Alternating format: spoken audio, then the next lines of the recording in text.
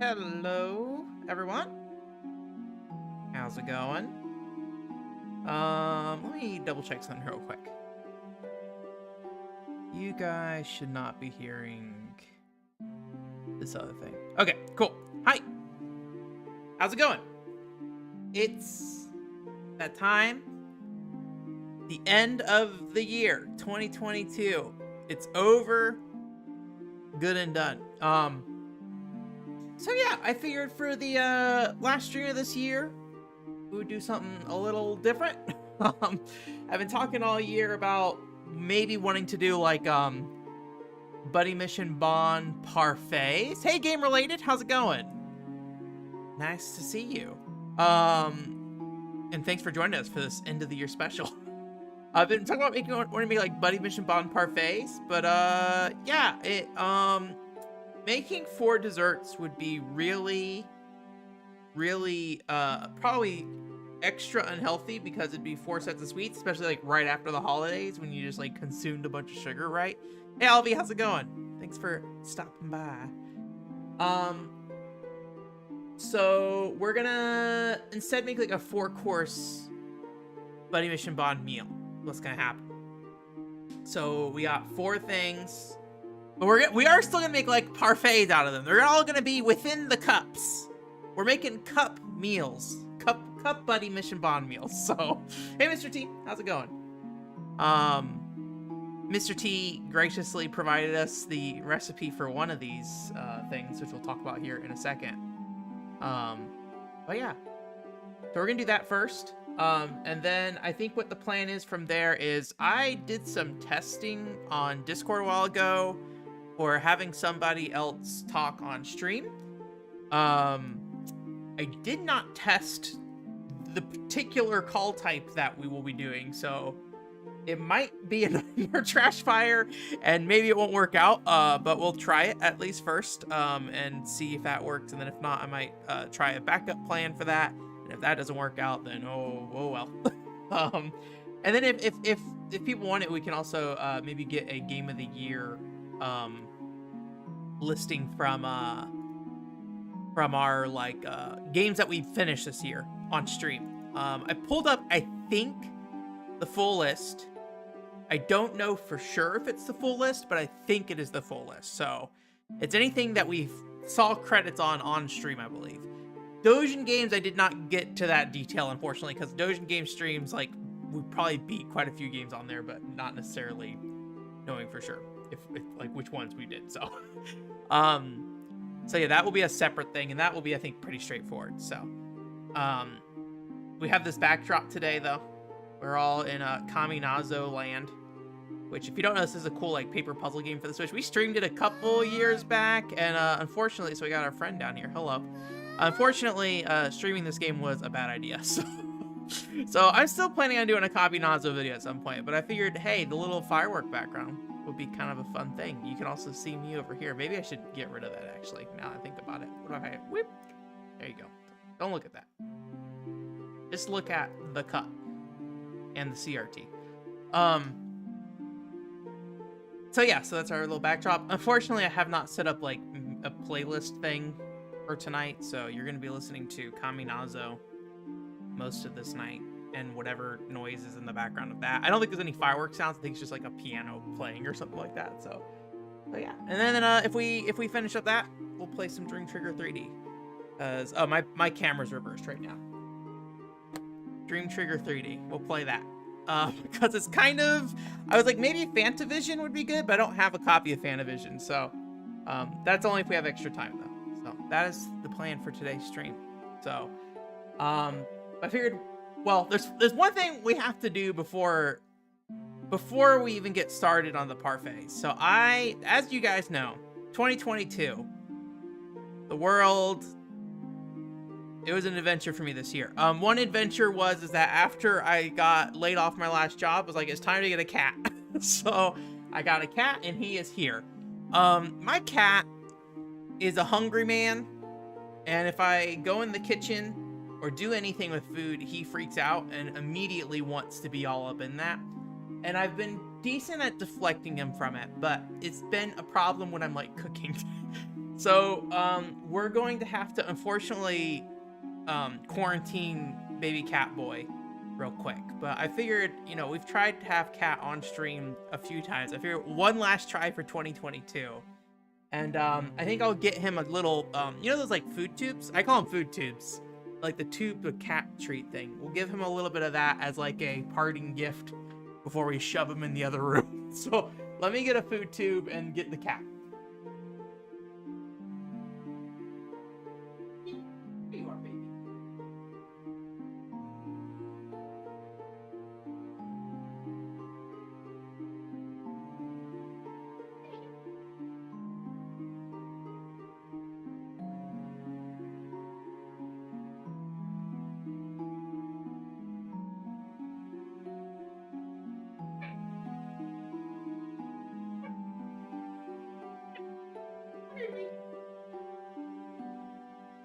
All right.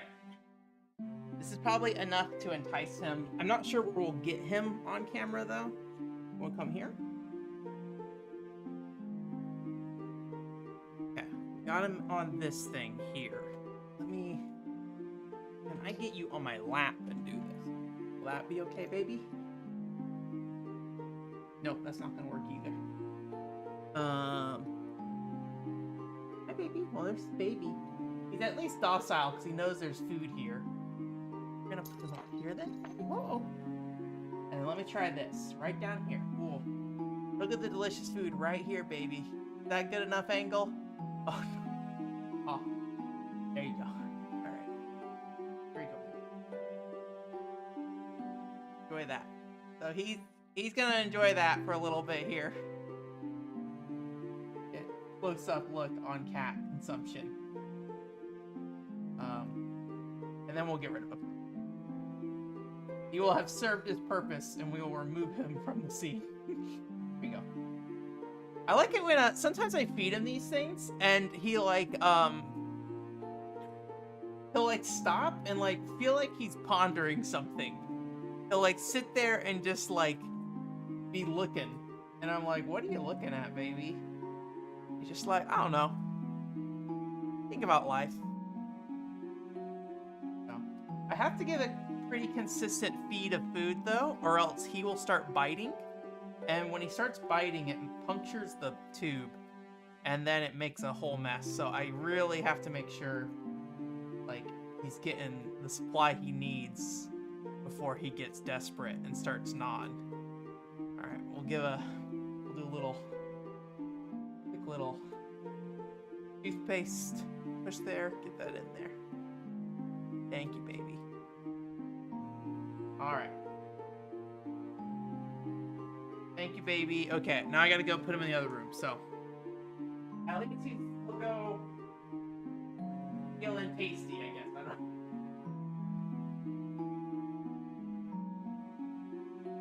Tasty, tasty. All right, baby. Oh, love you.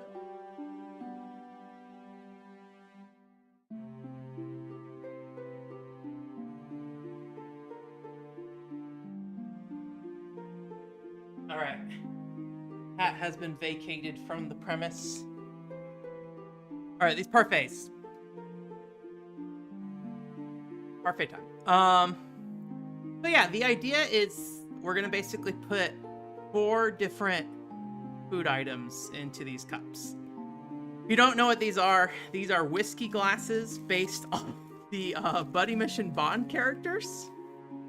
If you don't know, each part of the name Bond represents a different part of Team Bond. So this first one here is Doggy, which actually is the end of the name, but got Doggy for Luke Williams.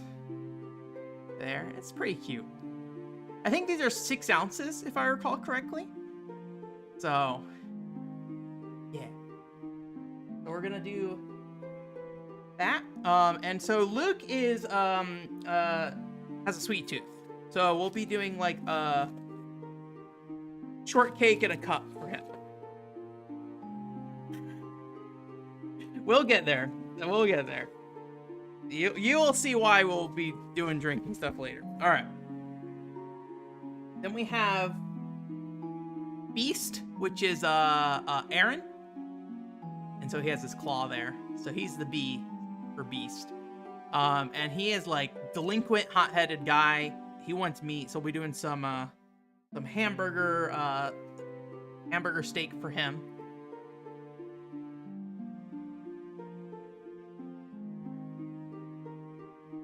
And then this one is for Chelsea or Chesley, however you want to say it.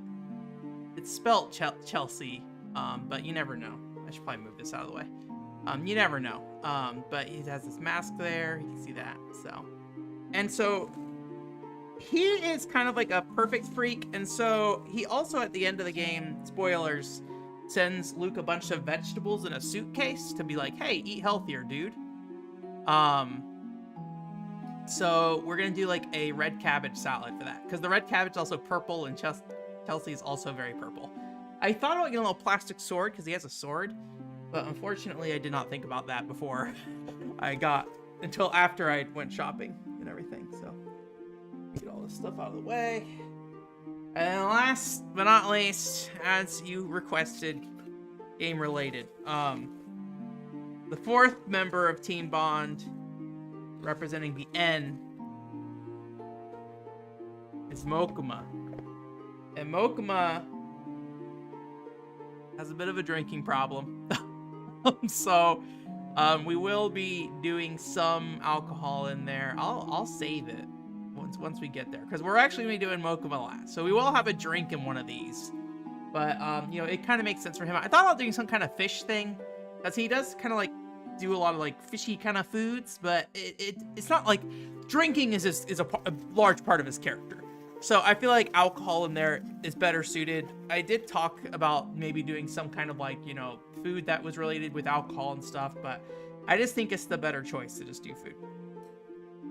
So this might take a little while to put these together, but here's my thought on the order. Yeah, we'll get to that in a little bit, what that's gonna be. Here's my thought on the order. So the hamburger steak we're gonna have to cook. The red cabbage salad, I've already prepared that, but I think it needs to be cold, so we'll leave that away for now. And then Mokuma is going to be the drink, and that's going to take like 2 seconds. So I'm thinking we start with Luke. A, he's the leader of the bunch, you know him well. But B, I have like the cake stuff pre-prepared. So I think we can do that pretty quick. This also is probably the most likely to turn into a mess, I will say. So it may not look particularly good. But I went ahead and baked some, you know, just cake stuff. So we got some cake things, and I cut it out to the shape of this thing. I have a lot in here, but that's just because I had extra cake. So what I'm thinking is we'll do a layer of cake. We'll put icing in between. I have a blue icing. I'll put the blue icing in between. Space blue vanilla. So it's just vanilla icing. And then we'll do another layer of cake. And then another layer of icing there. From there, if we want to get to the top of the cup, we can do another layer of cake. Or we could hold off and put like a scoop of ice cream on top later. That's my thought. I don't know what the right answer to that is yet. But I don't think we'll need to do too much with this, because the reality is that I don't think we want to get icing on the like edges of the cake at all. Yeah, exactly. Spy Family, yeah. I forgot there's like what is it called? Buddy Daddies or something like that, some anime. Not related to Buddy Mission Bond at all. So, but I think this is going to be pretty simple because I already cut out the cake. So, this should be good to just like scooch on in. Should be the right size. We're going to make a little bit of a mess here. Flip this over, maybe. Get in there. Ooh. Okay.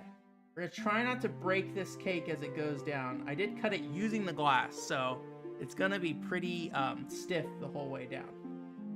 There's no room for error here. Okay. It's going in pretty reasonably. A little crooked and not really sitting level on the bottom, but here we go. I think that might be okay. Let me get this out of here. Got some crumbs on the table already, but we'll deal with that later. Okay. I think that might be good. A little uneven, but I think that's just like the actual. Where's that side there? There we go. I think that's just the oh, maybe. I think it's just like part of the, because the cake is just a little wide. It's something like that. That's probably like the best we're gonna get there. All right. So I'm thinking, let me get the gun back up front here. It looks so ugly from this side.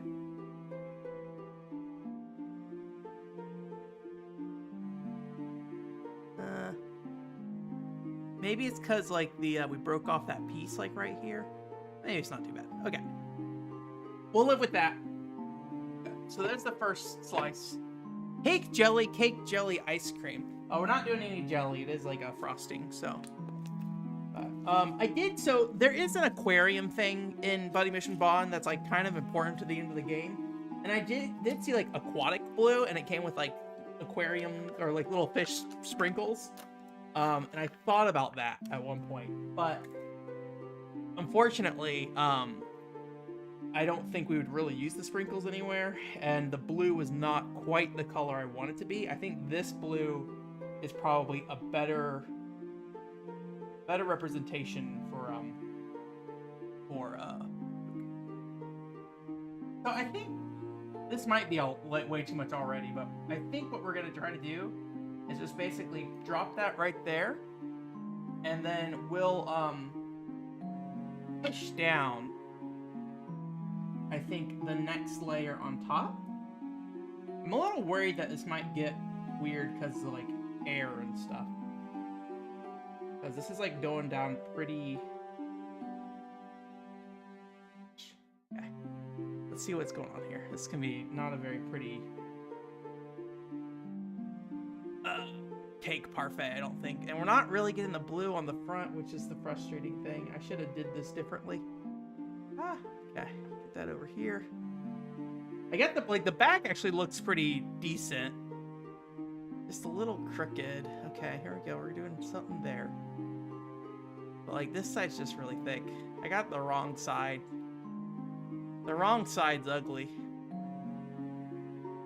Oh well. Try to like kind of re-pressure some of this icing towards the gun.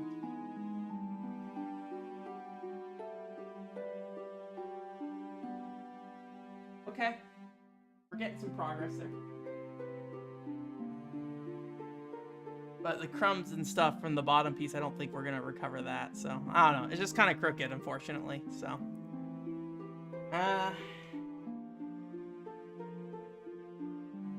feels like a lot of icing in there, but okay, so we got our 2 layers of cake there. Game related said ice cream on top. Anyone else have any other thoughts on ice cream or just cake to the top? I kind of might just want to do cake to the top, maybe. It'd just be vanilla ice cream, no fancy colors or anything, but I'm thinking just cake to the top.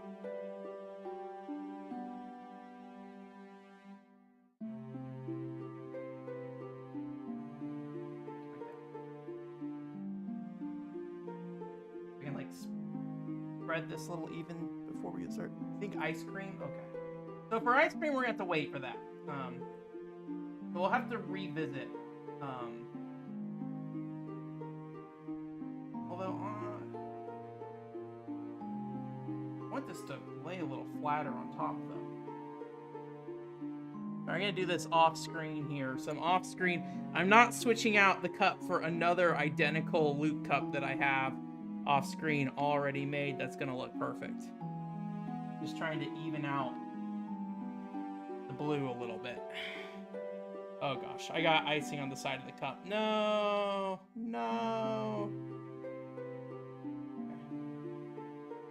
Well, I had suspected this one would be the messiest of them all. So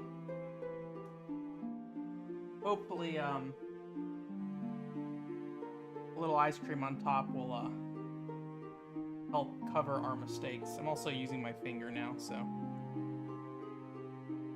I think that's the best we're gonna get. Okay. Let me see if I can clean the lip of this cup off a little bit. I need to get paper towels. 1 second.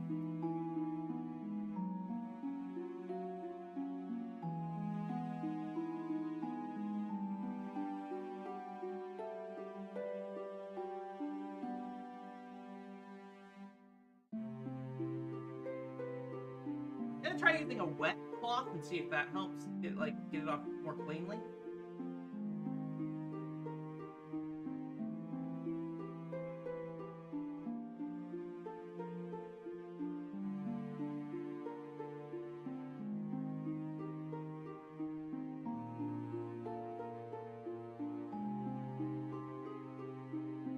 I think I might have made a bigger mess. Again, let me take this off screen for a second.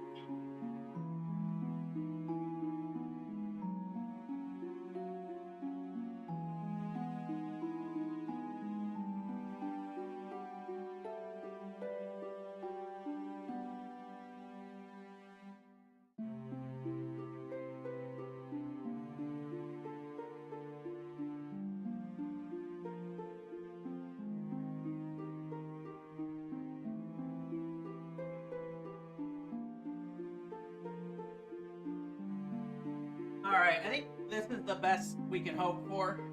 Something like that. So we'll return back to that with some ice cream in a bit.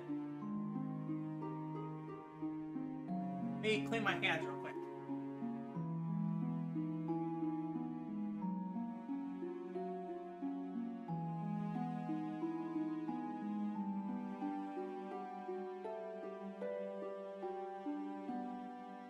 You know, in thinking about it, I probably should have started with Beast one, because I'll probably have downtime while we're cooking. So, we can definitely talk about the other things and do those while that's happening. Okay, I'm just gonna leave the crumbs there. We'll probably make more of a mess anyways.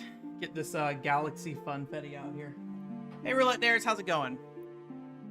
I can turn off the song, Mr. T. I don't have another song really prepped at the moment, but it's gone. There you go. It's gonna be the quietest stream in the world. Anyways, second one, Beast time. That's gonna be this. Where'd my? Oh, I need to dethrone the cup from this thing. We'll just dump that crustiness down. All that other stuff's there. All right, so Beast, this is the one that's gonna be hamburger patty. So it's perfectly fine. It's like I should have had something prepared, but I realized I wasn't gonna have it ready in time. So, I have to. The problem with like the music stuff is like I probably run stuff off my PC, and the audio level of them are all different, unfortunately. So I got to figure out how to deal with that. I think a lot of people just use like a hosted one that pulls in YouTube music and stuff like that. So, but as long as you guys are cool with silence, I'm cool with silence. I don't even have my headphones on, so I can't hear it. Anyways, so we're gonna do hamburger thing, but I already pre-mixed the meat and stuff, so we do have to cook it still. And then the sauce is made using like the drip off of that cooking. However, I don't have a camera set up for cooking time, so I'm going to go set the stuff up to cook, and then I'll come back while this is happening, and we're gonna try not to burn things. No, it's not an MP3 thing, Mr. T. It's just an actual like setting it all up. It's a whole other thing. And I haven't done it because it hasn't been important to the stream really in the past. So I need to do it for things like this so it's ready, kind of thing. But I appreciate it. Anyways, so yeah, I'm gonna go ahead and throw this meat on the grill or stove top. We're gonna have to heat up the oil first, and then while we do that, we'll go through some of this other stuff here real quick. And then I think it should take about 10 minutes to get through this whole cooking process with this, I believe.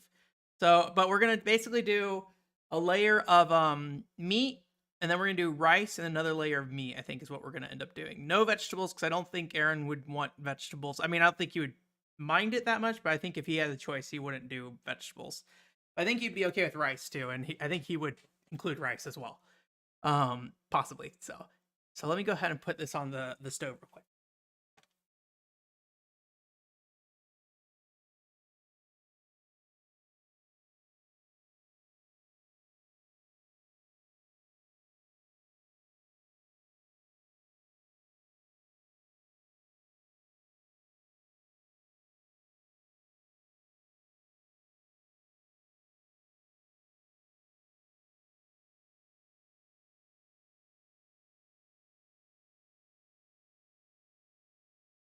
Yeah.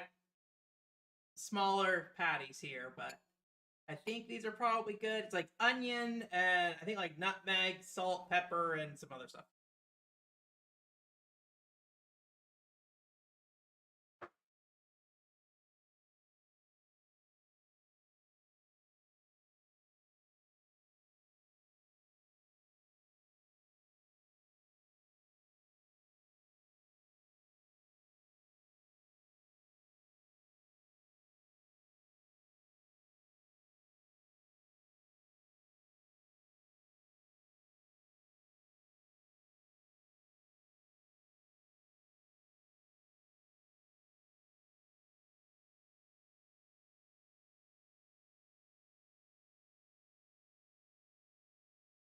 So, while that's starting, I did want to talk about one change I had to make to this because it requires tonkatsu sauce. And for the tonkatsu sauce, I couldn't find any. And then so they also recommend maybe doing Worcestershire sauce, but I was at a Japanese market and I didn't find it there either. So I ended up finding this was like considered a replacement as well. It is some kind of like barbecue sauce. It's like Ogon no Aiji mild. And it seems like I never really thought about like what barbecue sauce was made of in the past. But the imagery on here is mostly like apples and stuff. I'm like, I don't think barbecue sauce is an apple thing. And looking it up, I didn't really see any kind of like apple ingredients in barbecue sauce typically. So I don't know, but the main ingredient of this is apple puree and then soy sauce. So I don't know. But we'll be including that in the meat here along with I believe some ketchup is what you mix into it as well. And then I think red wine is the other thing too. So there you go. If you're curious what that is, barbecue sauce Ogan no Aji mild. So is that?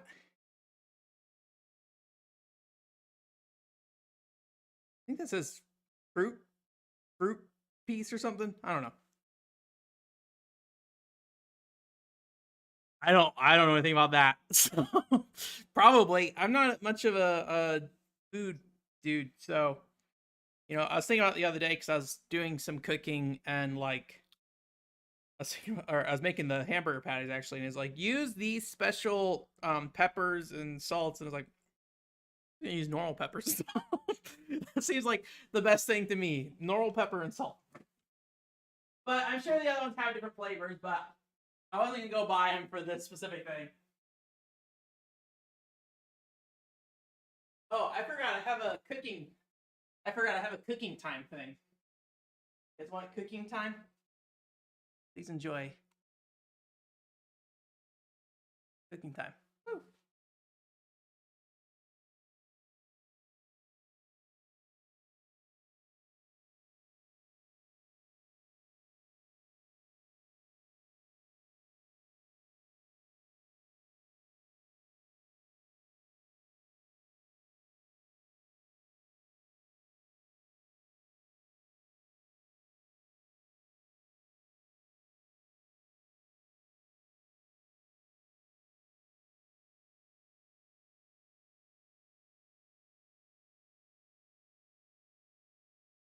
All right. So those are starting to cook. I believe it's 3 minutes each side. It's pretty common. Okay. I was not aware of that. I believe it's 3 minutes each side for this meat. So let me double check that. Cut the stuff. I already did that. Make the meat. I already did that. Let's see here. Large pan over medium heat. Pat them down in the pan. I'll do that. Center will rise with heat. Okay, good to know. Okay, so 3 minutes on each side. Flip around another 3 minutes, and then we gotta we gotta steam them for like a 7 minute thing. I think the sauce comes together pretty quick. So, all right.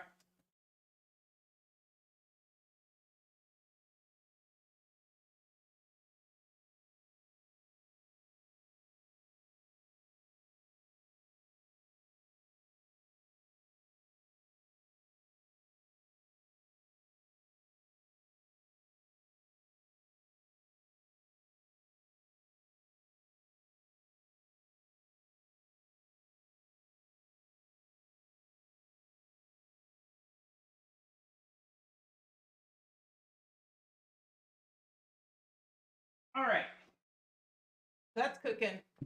I put it on for just for 2 minutes because they were already on, and I dented them down a little bit.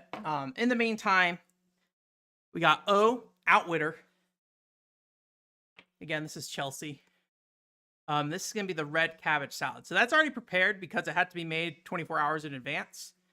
I think it's something that you really want to like have it sit for more like a couple days, but it seemed like it was like 16 to 24 hours would be fine. So let me go get that, and then once I flip the patties, I'm gonna go ahead and put that in there.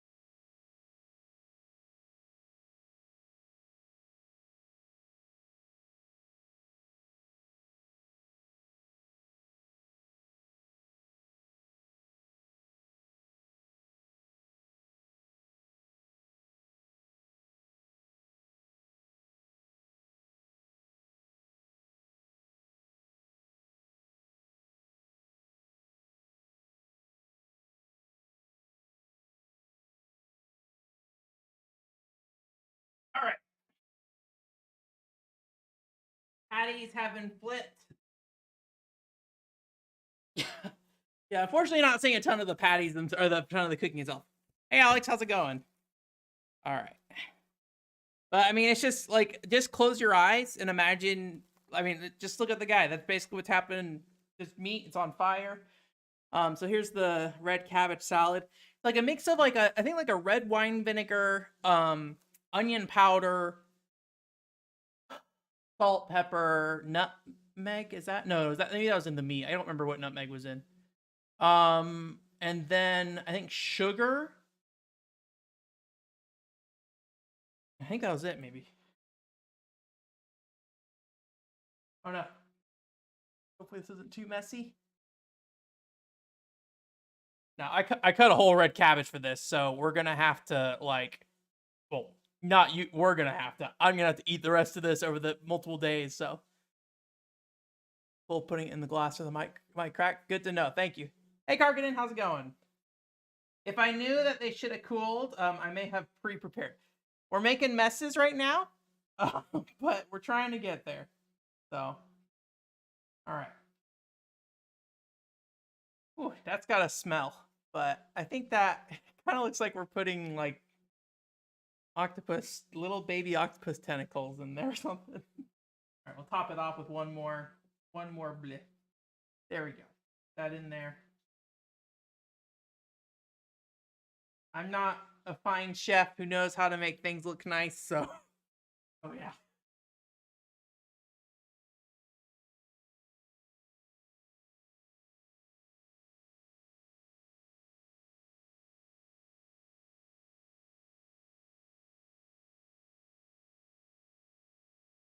Mr. T, how long do you think we should cool the meat before, or like should I put it in the fridge to make it slightly faster? Yeah, if I didn't say hi, Amar. Hey, how's it going, Amar? Um, I think those patties can be flipped or be turned. Actually, let me. What am I doing? I don't know the next step. Let me look at the next step real quick. Next step. Okay. Reduce to low heat. Cover. I need to. Do I put the stuff in that yet?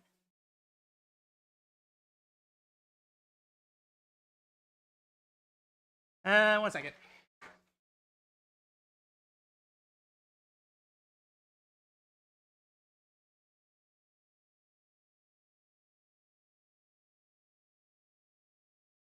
I know technically they're still gonna cook, but while I figure out what I'm doing, let me take it off the actual heater thing. Um, this isn't like red wine supposed to come in. Add the red wine. Okay, add the red wine. Then how much red wine is it? uh, I wish they'd just tell you in the instructions, not rather than me having to scroll and find how much red wine they want. 3 tablespoons. All right, you're back.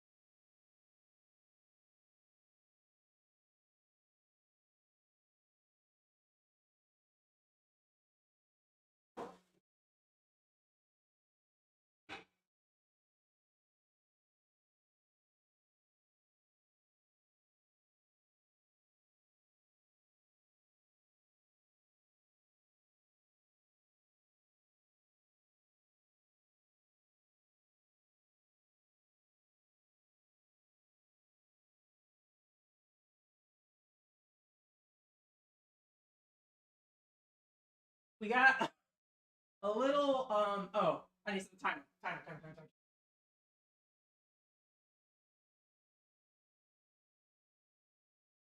All right.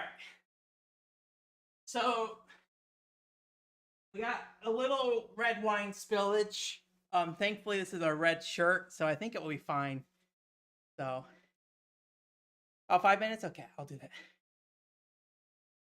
Looks gnarly. Yeah. Yeah. Well, I hope you feel better. Yeah, I know it's been rough for you. We used whatever this red wine was, though. If you're curious, I don't remember how much it costs. I'd imagine it's cheap. California red wine. Oh, it's backwards for you guys. I forgot. There you go. Maybe you can see it there. I don't even know. Oh. Anyways, let me remove the. We got what we need out of Chelsea. For those of you who were not here earlier, we did start on Luke, but we decided to go for ice cream on top instead. But it didn't really come out. The icing didn't come out very even. But because we're gonna do ice cream, we're not gonna finish it up yet because that'll melt. So, all right. So while we wait for that, let me clean up this mess real quick. I think now's a good time to do that. Well, actually, no. It's probably still going to be a mess later, so I'll do it.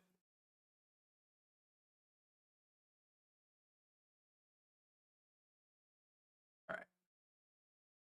My presentation coaster back there. This is my Final Fantasy 11 crab coaster. It's a little messy right now, but don't worry about it. Don't worry about it.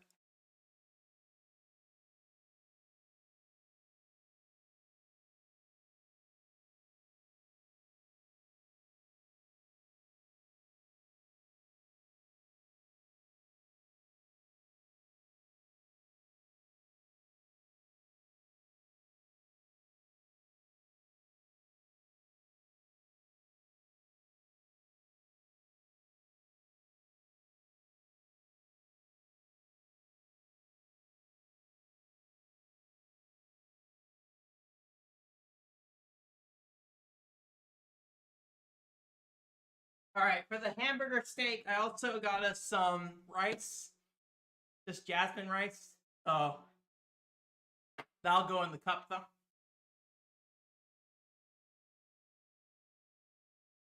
I don't I don't know if people like care about different types of white rice or not. I can kind of tell the difference, but like I don't know if people go like, "Hey, you should have jasmine rice for like certain types of food or anything like that."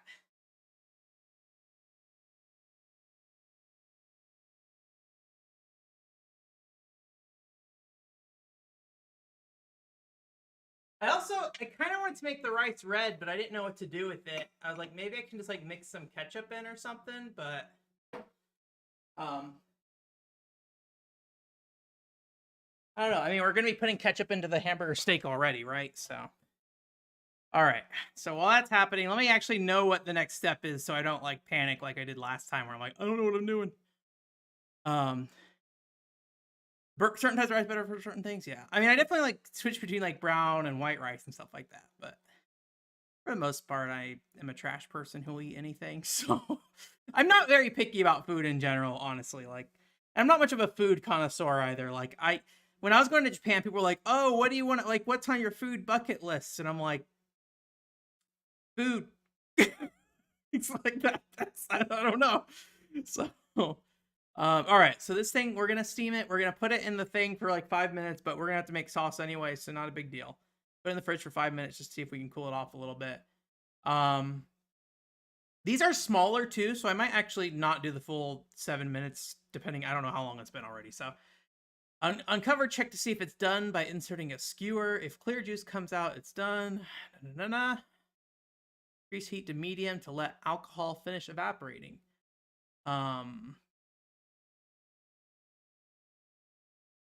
Do not wash the pan out and use the sauce for the pan juices. Okay. And then same frying pan without cleaning. Add unsalted butter. How much of that? Ketchup, and then not tonkatsu, but our substitute. I think I moved it to the kitchen already. Hopefully, because I don't know where it is right now. We're gonna add those 3 things. Again, no veggies because Aaron probably would skip the veggies, I feel like. And we got cabbage with Chelsea, who would be all veggies, I feel like. Maybe 3 tablespoons of ketchup, 3 tablespoons of the sauce, and then 3 tablespoons of red wine, and then 3 tablespoons of water, and then 1 tablespoon of unsalted butter. That sounds good.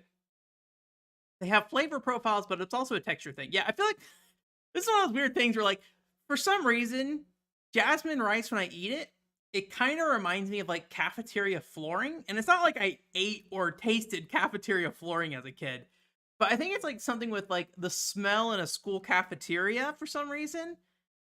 Like, I have a connection with like how jasmine rice specifically smells. Where like Cal Rose rice, I do not think that. I don't know why. That is like the connection that I make. Like cigarette smoke and Coca Cola makes a lot of sense to me because I like when I was growing up, I knew someone or a family who like drank tons of Coca Cola and then smoked tons of cigarettes. So those things are interlinked in my mind when I don't smoke, but if I smell cigarette smoke, I think of Coca Cola, and if I drink Coca Cola, I think of cigarette smoke. So there's that kind of thing. I don't know why um cafeteria flooring and rice come to mind. So hey Oscar, how's it going? All right, so that's done now. So let me go take care of that.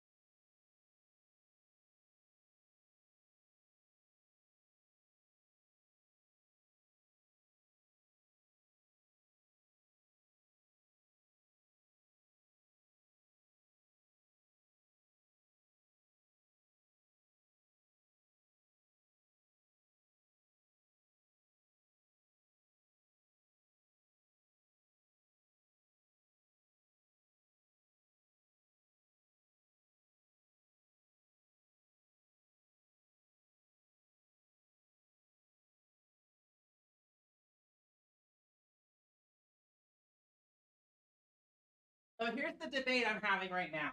I I'm pretty certain because they're smaller than usual. I already overcooked them a bit. However, um, it does say you want to evaporate the red wine first, so maybe I should just let it sit for like a minute. And it's already overcooked, I think. So I don't think it'll be a huge deal. Um, but then we'll go ahead and move it to the fridge and then start making the sauce. The other thing is that I think the sauce like wants you to evaporate all the red wine too, but we can remove it beforehand. I think it'll be fine. It's food. I'm sure all of it will taste fine. We're not making the perfect meal. Hey, how's it going, Joshua?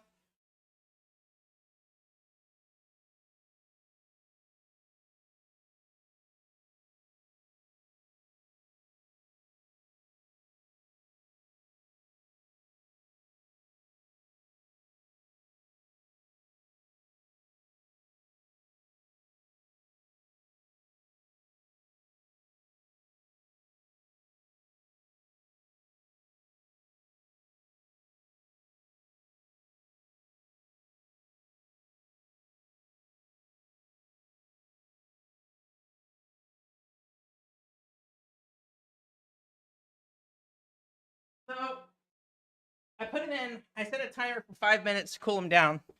Um, so for the sauce, the last bit there, I'm letting it just kind of cook off a little more of the red wine. I think it'll be fine. Without cleaning it, add unsalted water, ketchup, or unsalted butter, ketchup. Okay, when do I add the water? Water and red wine go at the same time, but butter, ketchup, and tonkatsu sauce go first. Mix well, bring the sauce to a simmer over medium heat. Let the alcohol evaporate. We'll try. I don't know how long that's going to take. They don't say. I don't know what it means for alcohol to evaporate out of a sauce, to be honest. But we'll see what happens, I guess. I guess when it's not liquidy. Yeah. All right, let me start that process.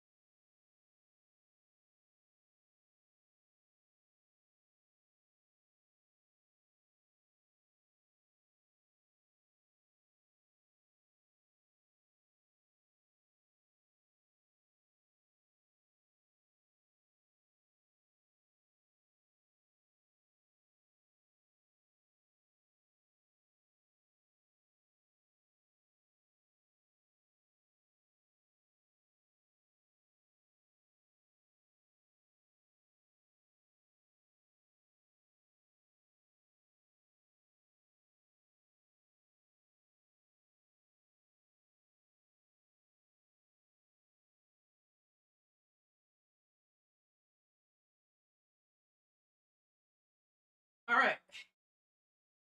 So we have what feels like a you don't pour it's a 3 tablespoons is how much it is.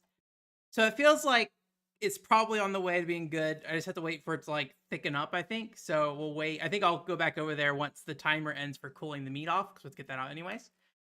And I think we're good. And like I said, I think the plan is gonna be meat, rice, meat. The sauce, I didn't think about how we apply the sauce. The sauce is gonna be hot too. Maybe we need to cool the sauce a little bit too. Yeah, we'll cool the sauce a little bit too. So we'll do meat, but then we'll do the rice. I feel like I can wait to do the sauce after the rice, maybe. No, we'll do a little bit of sauce for all 3 layers. How about that? We'll do meat, sauce, rice sauce, meat sauce. Does that sound good? Does that sound reasonable to the people here? I think that makes the most sense. Well, the other thing's gonna ring here in a second, so we'll while we wait for the sauce to cool, we'll talk about the final cup, the Mokma cup, and what's gonna happen there, and then also remove the cooking time once we're done cooking. So, one note here. I know this is only important for you guys who like come to the stream regularly. I'm pretty sure all the issues I've been having with cameras and capture cards and that stuff probably goes back to my PC's power supply after doing a bit of research into it. So I did go ahead and order a better power supply. But my current PC power supply is not modular. So I have to unwire everything and rewire it, which is gonna suck. So anyways, so hopefully doing that will resolve some of our issues, because I noticed as I was like troubleshooting the issues I was having that like the less things that were connected, the like more stable everything was, it seemed like. So All right, alarm's off. Let me go check that sauce and get the meat out.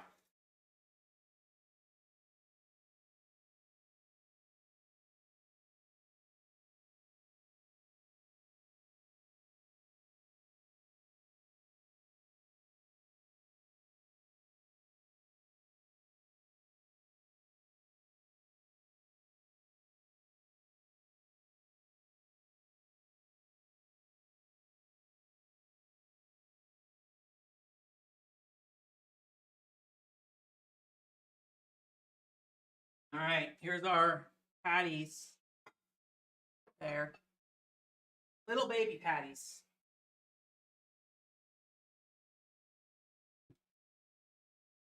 Depends on what you added it into as well. I didn't catch that part. As far as I'm aware, it's just ketchup, tonkatsu, or whatever that sauce is that we have, the barbecue sauce. What was it? Ketchup, tonkatsu. What was the other thing? Butter, water, red wine. I believe that was the quadrilogy of things. So yeah. Well, I think that's pretty much the end of the process. So once I'm done babying the sauce, I think we should be good to go to continue. I'll leave this meat here for you guys to oogle while it continues to cool off a little bit.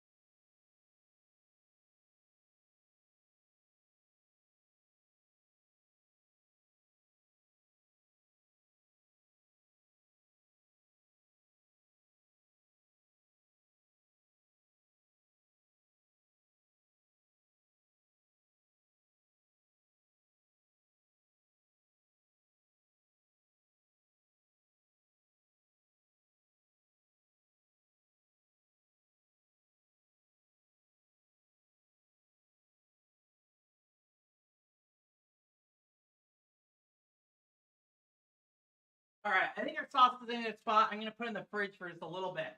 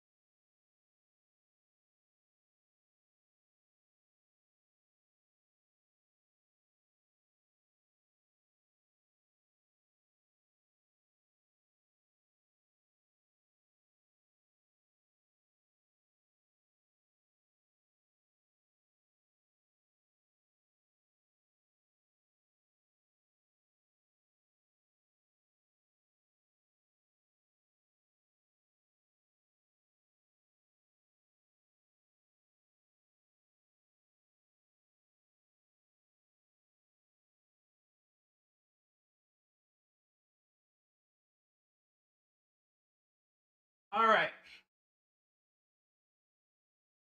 The sauce is cooling.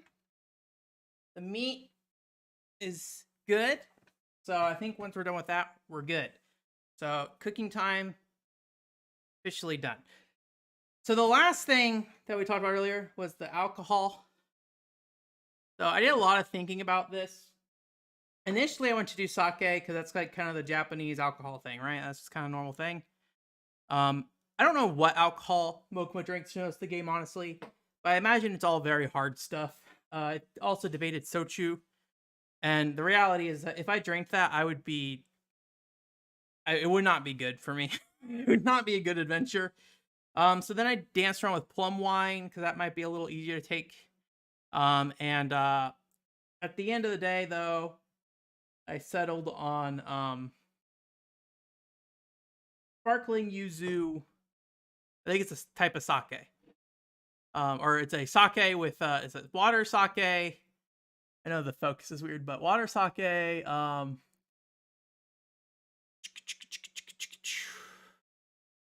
Sugar, yuzu juice, citric acid. So It's a very sweet drink. It's probably not a very Mokuma drink, but it is yellow. And Mokuma is themed at the color of yellow. So given the fact that we have red cabbage that fits Chelsea, we have the blue cake that's gonna fit Luke a little bit. And while it's not gonna be very red, unfortunately, meat is generally associated with red, so we kind of got there with Aaron. So I figured, even though it's maybe not authentic to the Mokuma experience, at the very least we'll be matching the Mokuma color with this. So Hana Owaka, something like that. So that is the plan. That is what we'll be doing. I don't know if I've never drank this before. I do not like alcohol very much. I know we recently drank Mountain Dew Hard on here, but that was not like a pleasant experience for me per se. Like, I mean, the Baja Blast was fine. I would not drink it normally because I don't like alcohol normally. So yeah. But we'll save that pour for the very last thing here. After we built our sandwich. And are we gonna, I mean, I kind of want to picture the whole lineup all at once, even though it's probably not gonna be particularly pretty. So if we put the ice cream on now, we'll have to eat that fairly quickly, I will say. So, but we'll start with the meat and rice, I think, first and foremost. So, all right, I'm gonna go grab that sauce.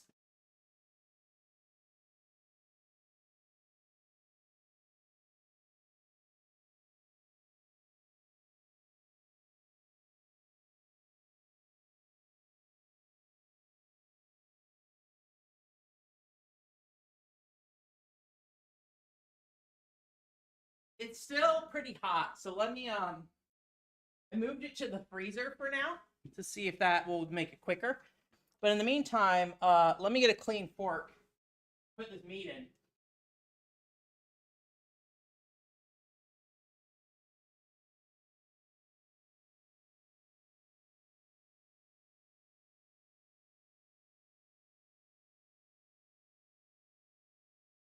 All right.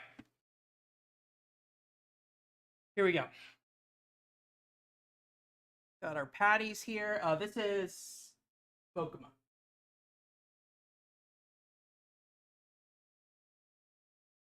Always confusing me that B is the not Luke, because Luke is the main character and B is the first part of Bond, but B stands for Beast. So, all right, I'm gonna put the largest piece on the bottom. I think. Again, I kind of made it about half size.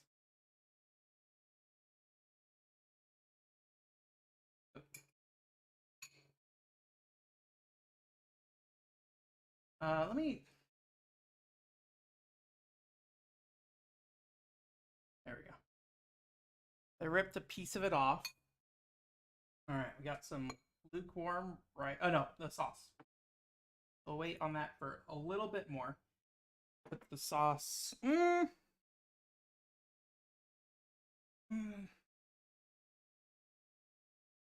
Maybe we put the sauce on the rice first. I don't know. It's fine. I'm gonna get that sauce again.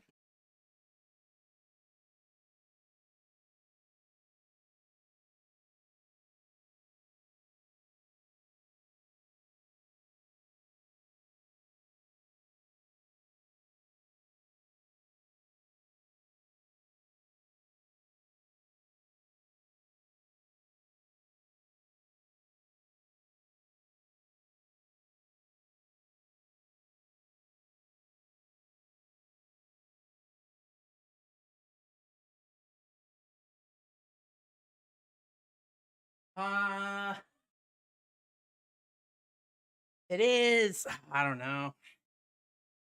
It's definitely still hot. Oh, it is too late for. It's too late for that, Mr. T. I mean, patty rice patties. That's what's gonna happen. So, um, let me just. Hey kids, your NES cards, right? Am I right? Blow that dust out. I'm definitely not blowing on the sauce. I'm blowing into my copy of Ghosts and Goblins.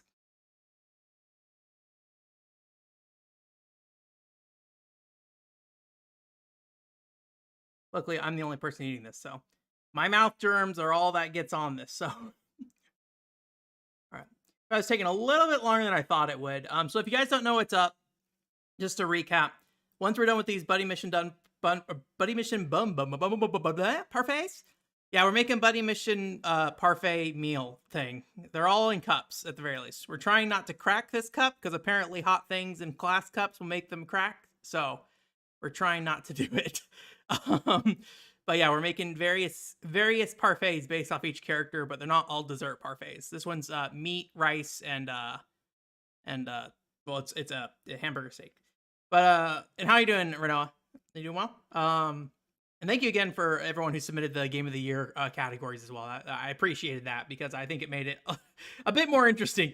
But yeah, so we're gonna finish these, and then while I'm eating this, if you guys want to come on and talk about your Game of the Year this year, or any game you played this year, it's not necessarily has to release this year because I think that's kind of a silly rule at times. But if you guys want to come in and talk, in the Discord channel, I have a thing set up. I got to figure out how it's going to work, but I'm going to turn on the stage and you're going to join, and I think I'm going to invite you, and I think your audio should come through. So yeah, won both your categories.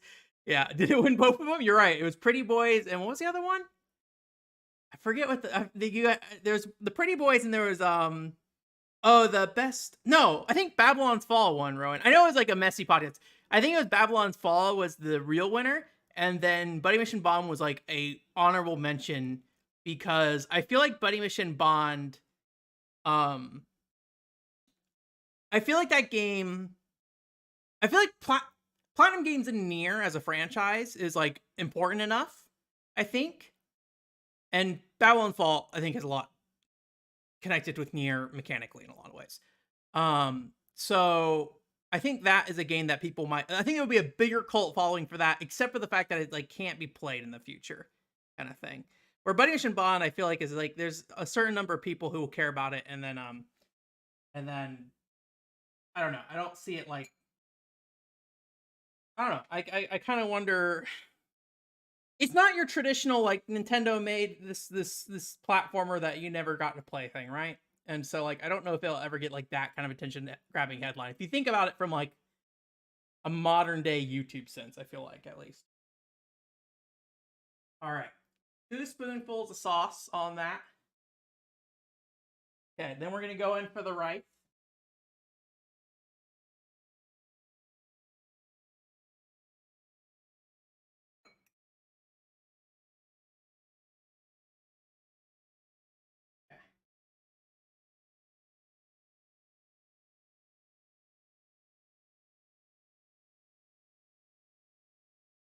Because Aaron's a little meat lover, we will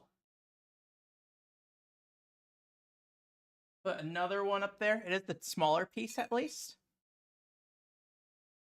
Oh, I didn't put the sauce. I'm stupid.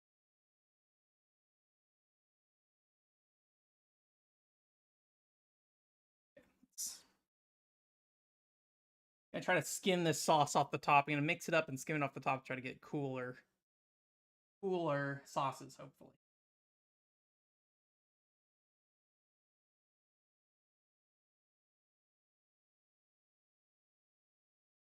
Right.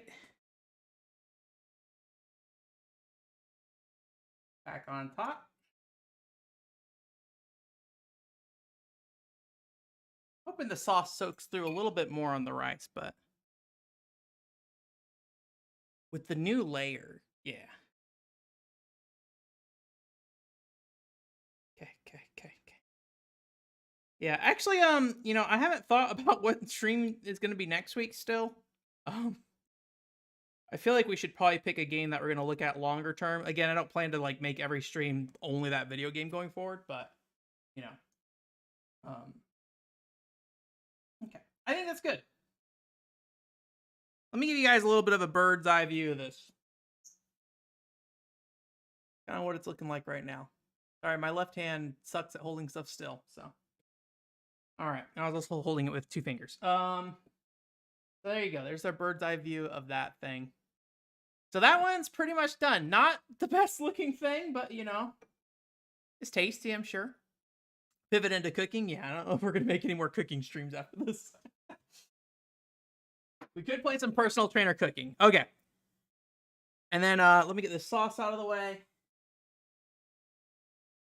So Chelsea and Aaron are done. So the last two are Mokma, super easy, but B for Bond. So what I'm thinking is we'll just put the ice cream scoop on top, and then I got a little extra bits of garnishes for this. Yeah, we'll be taking a picture. We'll be taking a picture before we eat anything. So, um, so, and I'll post it on like Twitter or something like that.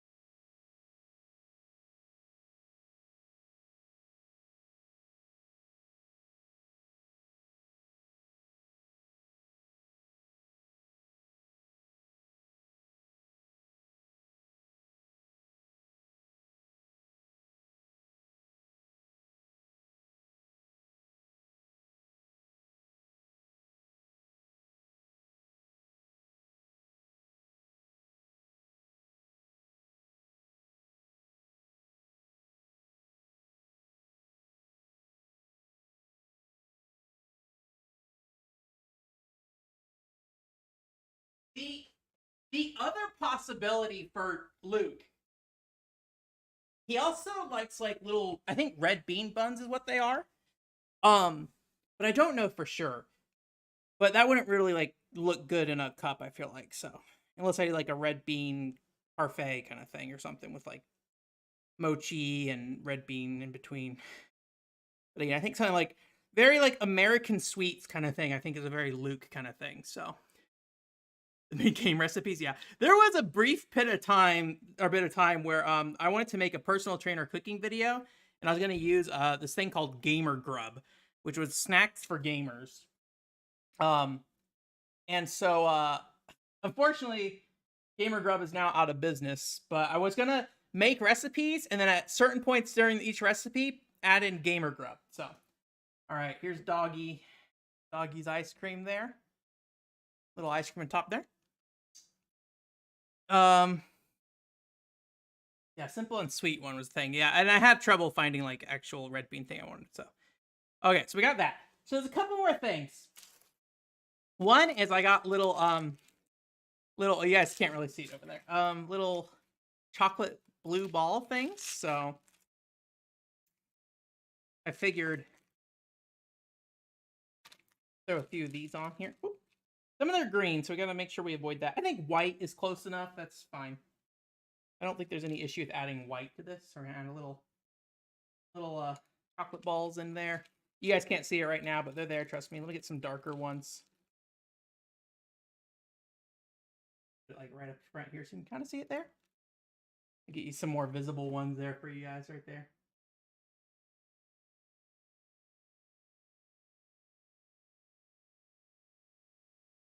And then the final thing. Now, this is slight Buddy Mission Bond spoilers. It might not be a big deal to you. Oh, is Joshua leaving? All right, have a good time, Joshua. Thanks for coming back. This might be slight Buddy Mission Bond spoilers. Thank you, Peach Stars. I appreciate it. Something that's very important to Luke, also to some extent, the story of Buddy Mission Bond is basketballs.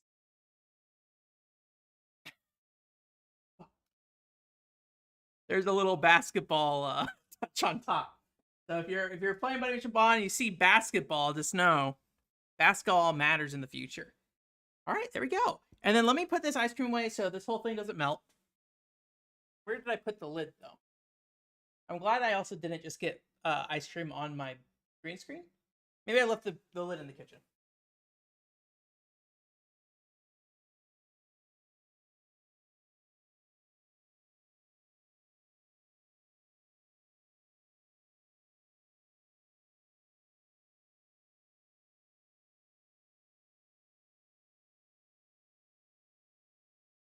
All right, and I'm fine using the forks and spoon, I guess. I'll just take this.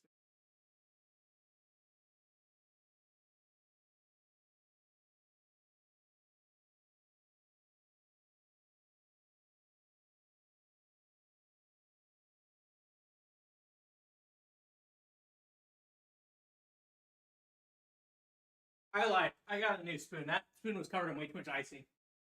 All right. That's all done. And then, lastly, Okuma and his, well, not his sparkling yuzu, but that is what we're doing here. So this is very light yellow. I do not know how well it'll actually show up. Hey, can I open this bottle? That'd be pretty cool. And thank you, Amar, thank you for complimenting my thing. All right, let me get the that out of the way so you can see that untainted, only tainted by a CRT TV. Okay. Again, I don't know how sparkling yuzu tastes. I may hate it. I don't know what a reasonable amount of this is either. I will say this is not very yellow so far. So this may be a ridiculous amount. And, well, it says serving size 1 bottle. So that seems reasonable. It's 5% alcohol. This is probably fine. I don't know how stuff works. It has a light yellow, like lemon kind of look to it. It looks like you're drinking lemon juice or something like that. What it looks like. So, yuzu juice. So, no baseball cap girl. I do not have a baseball cap girl. Parfait. So, anyways, well, there we have it. So let me get some of this stuff out of the way.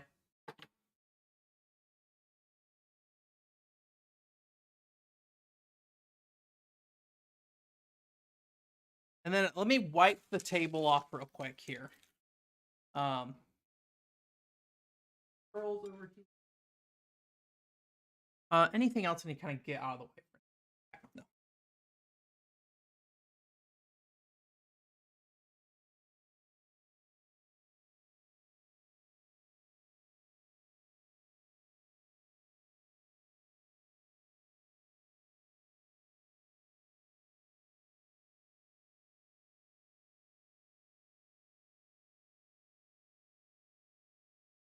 See if I can just like clean this without really moving anything.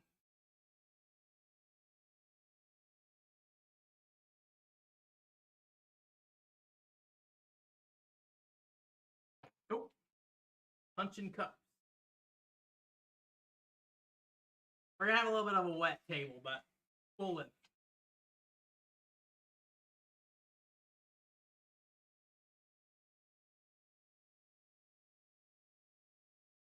I'll try to get you guys the best look I can on stream here real quick. So let's get these in order here. Rid of my stand.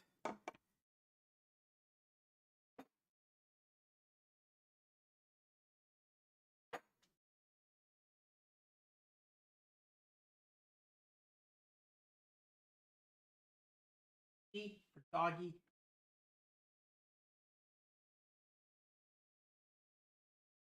Let's see if I can get this camera. No, okay. All right. Plan B. We're just gonna take a picture of it. That's a picture of my face.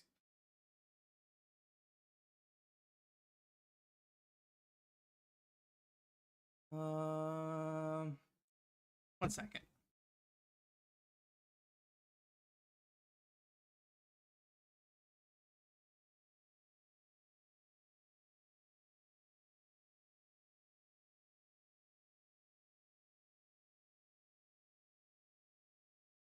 All right.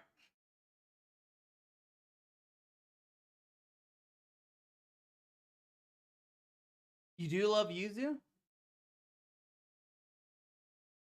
I don't know much about yuzu, unfortunately. Why is it like centering on that one? I don't want to center.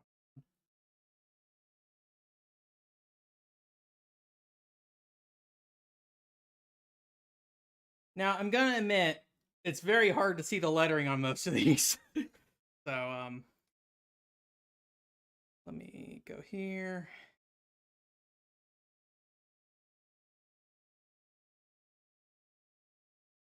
All right, Also, my camera's freaking out. Like I said, I'm gonna get a new power supply, so hopefully that will fix that stuff happening.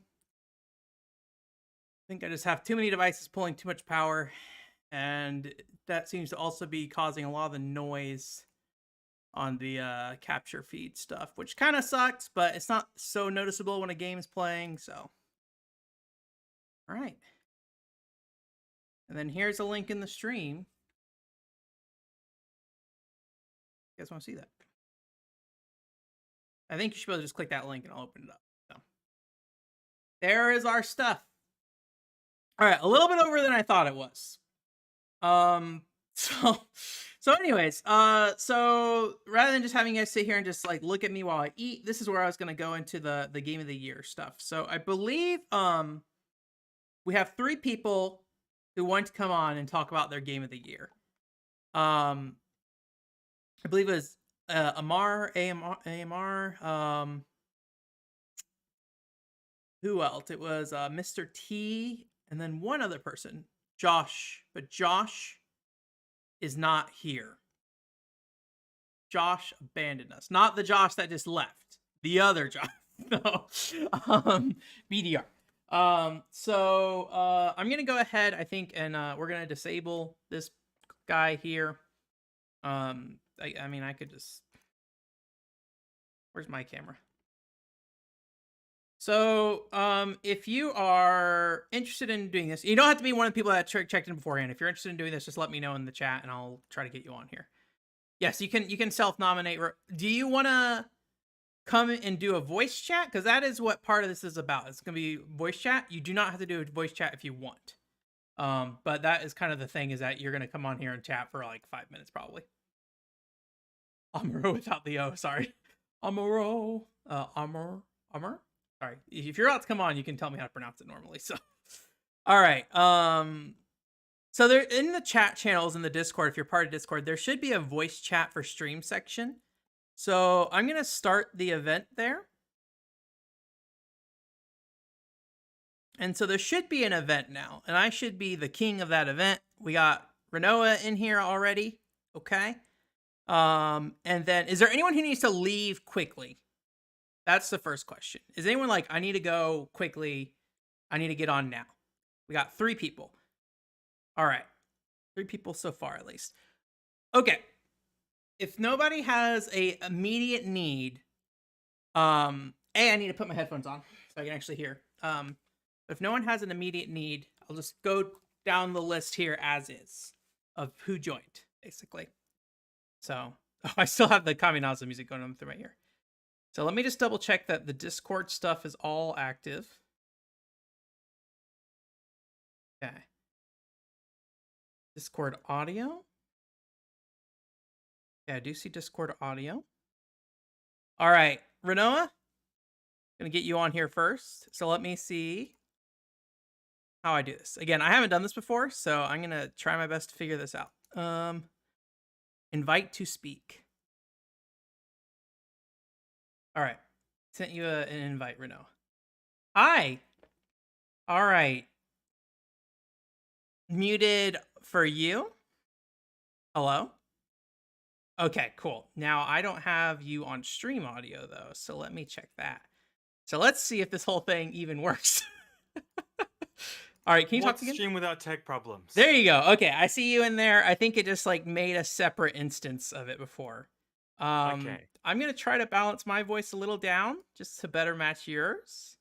Okay. All right, cool. I think we're good.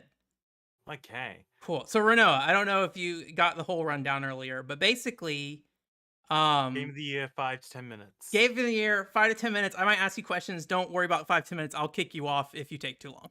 So, okay. So what was your game of the year? Again, didn't have to come out this year per se. Well, this year was a great year for games that I really like, which are fast-paced platformers. We had Lumistance, we had Grapple Dog, we had Sonic Frontiers, and we had Spark the Electric Jester 3. Oh, Mr. T actually talked about this briefly to me. I haven't looked much at it though. So give me your spiel. Well, Spark the Electric Jester 3 is part of the Spark the Electric Jester series, originating as a Sonic fan game Like the guy who did it did some very, very popular and well-regarded fan games in that community. Made the first game, which is kind of a weird hybrid of like Kirby powers and Sonic style platforming with a strong beat 'em up aspect. So the sequel naturally was like kind of grim Sonic Adventure 2 style platformer, a sequel that had like very like DMC adjacent combat, but it was kind of rough in a lot of ways, had a lot of neat things, but you sort of walked away from that sequel being like, yep, I see why Sonic Team made the choices it did regarding like how automated Sonic game platformers were. And then you Spark Electric Jester 3, which just it's one of those sequels that it just polishes up everything just enough. It's like, oh, actually the main issue with that formula was just it needed more polish. And it's just this very immaculate, fast-paced platformer that also has some extremely good combat, not especially deep, but like very satisfying to do. You've got like ground combos, air combos, launches, all that stuff alongside Sonic platforming. So it actually has like good fun bosses. Can I ask you a question real quick? And Sorry, I forgot I muted myself. you can ask me a question. Because I was eating food and I added more sauce because I think it needs a little sauce. It is good though. I mean, I'm starting with Aaron's the meat Yep. hamburger steak. Um, what were the finer details do you think that really set that game apart from the second game? Like, do you think it's just a general game feel thing, or is there something in particular you think that they really honed in? Part of it is like just a lot of things are slightly tighter. I think there's a lot stronger like visual signaling of like this is the direction you need to go in. This is an enemy that you can use the homing attack on.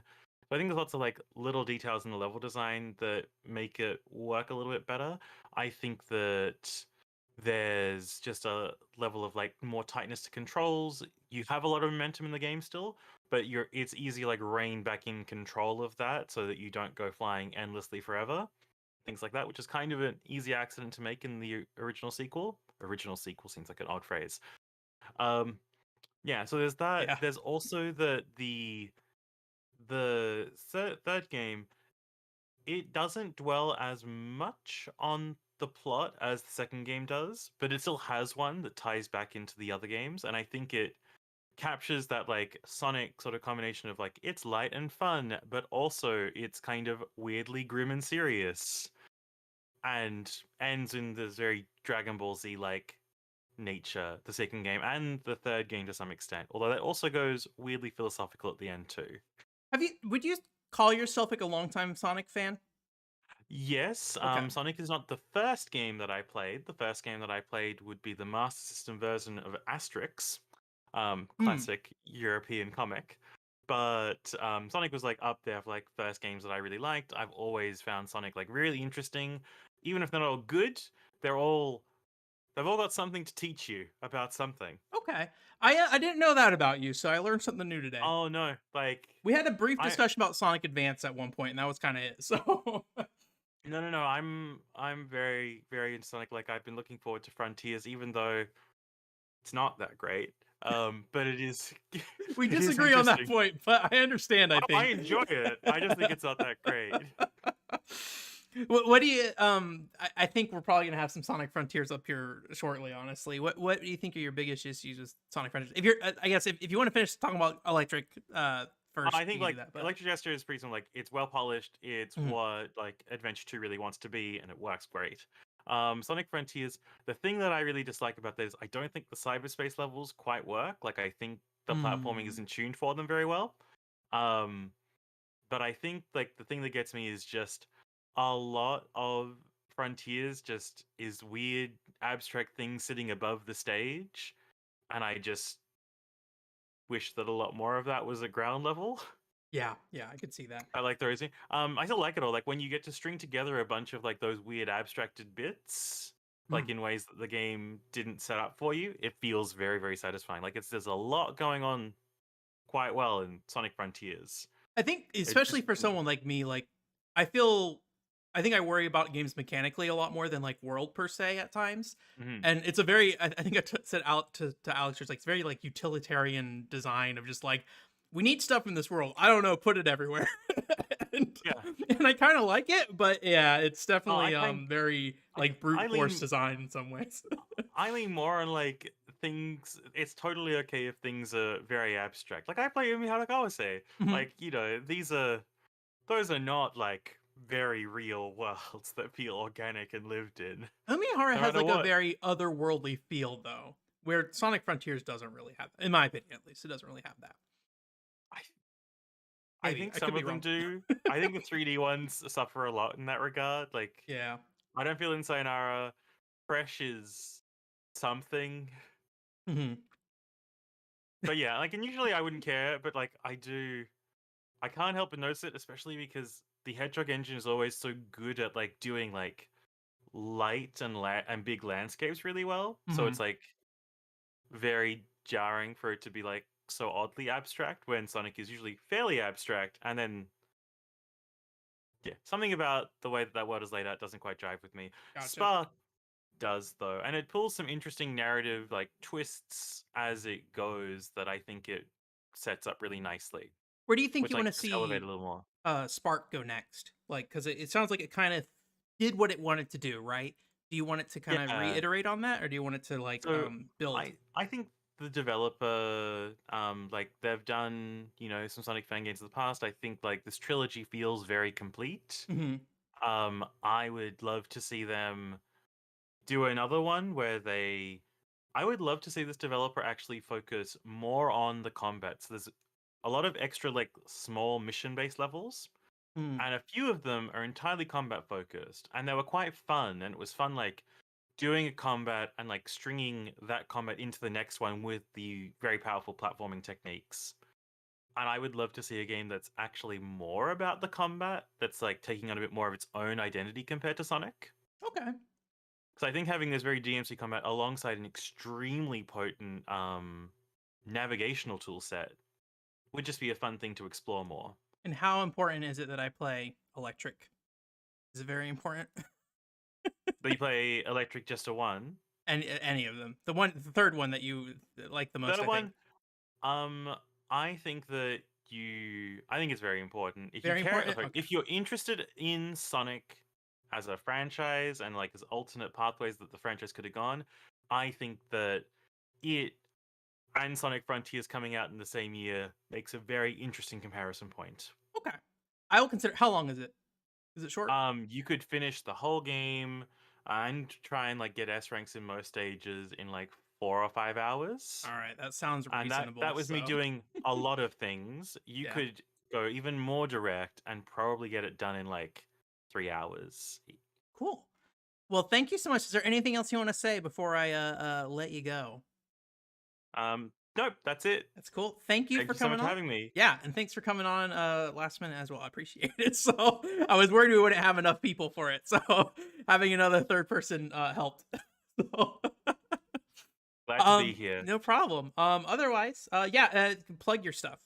Plug your stuff. Um, I so I know there's at not a ton of people here, but maybe in the future.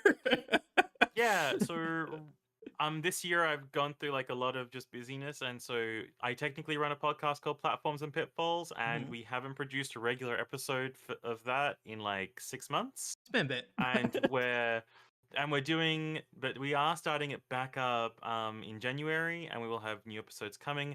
Those episodes are going to take a new slightly different format. We're going to because we're just both much more busy in our lives, Yeah. we want to pare it back to just two games that explore a single topic on game design. So we're going to be looking at the role of filler enemies in combat based games, and how like two particularly different games use filler enemies in very different ways.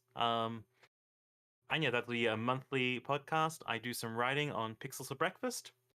I'm usually taking like a bit of a dive at the historical context of a game and like sort of where it might sit in the timeline. So I've looked at things like Chaos Rings and Evil Zone, often weird old stuff that you can't really buy anymore. So it's really great fun if you want to just play those games in a convenient Chaos manner. rings you can kind of get a hold of at least, but If you have a Japanese Vita account. or there's other ways. There There's are other also the ways. Chaos Rings Preservation Project that I highly recommend you Google and Oh, okay, yeah.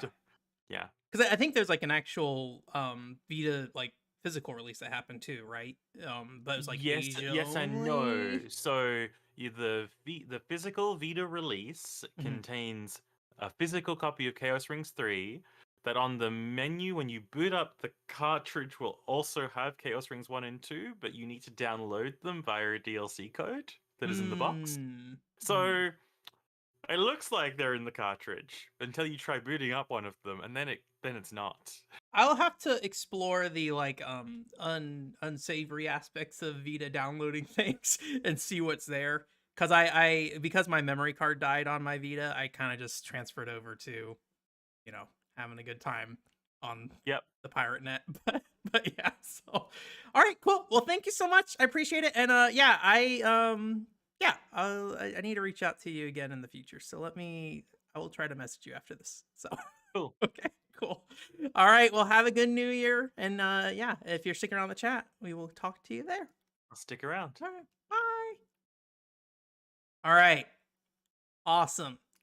I forget the full name of that game, but Electric something. Renoa, you can type it in chat. But I know what you're talking about though. The ice cream has melted, so I'm gonna start digging into this. But while I dig into this, Amar, come on and tell me how to say your username.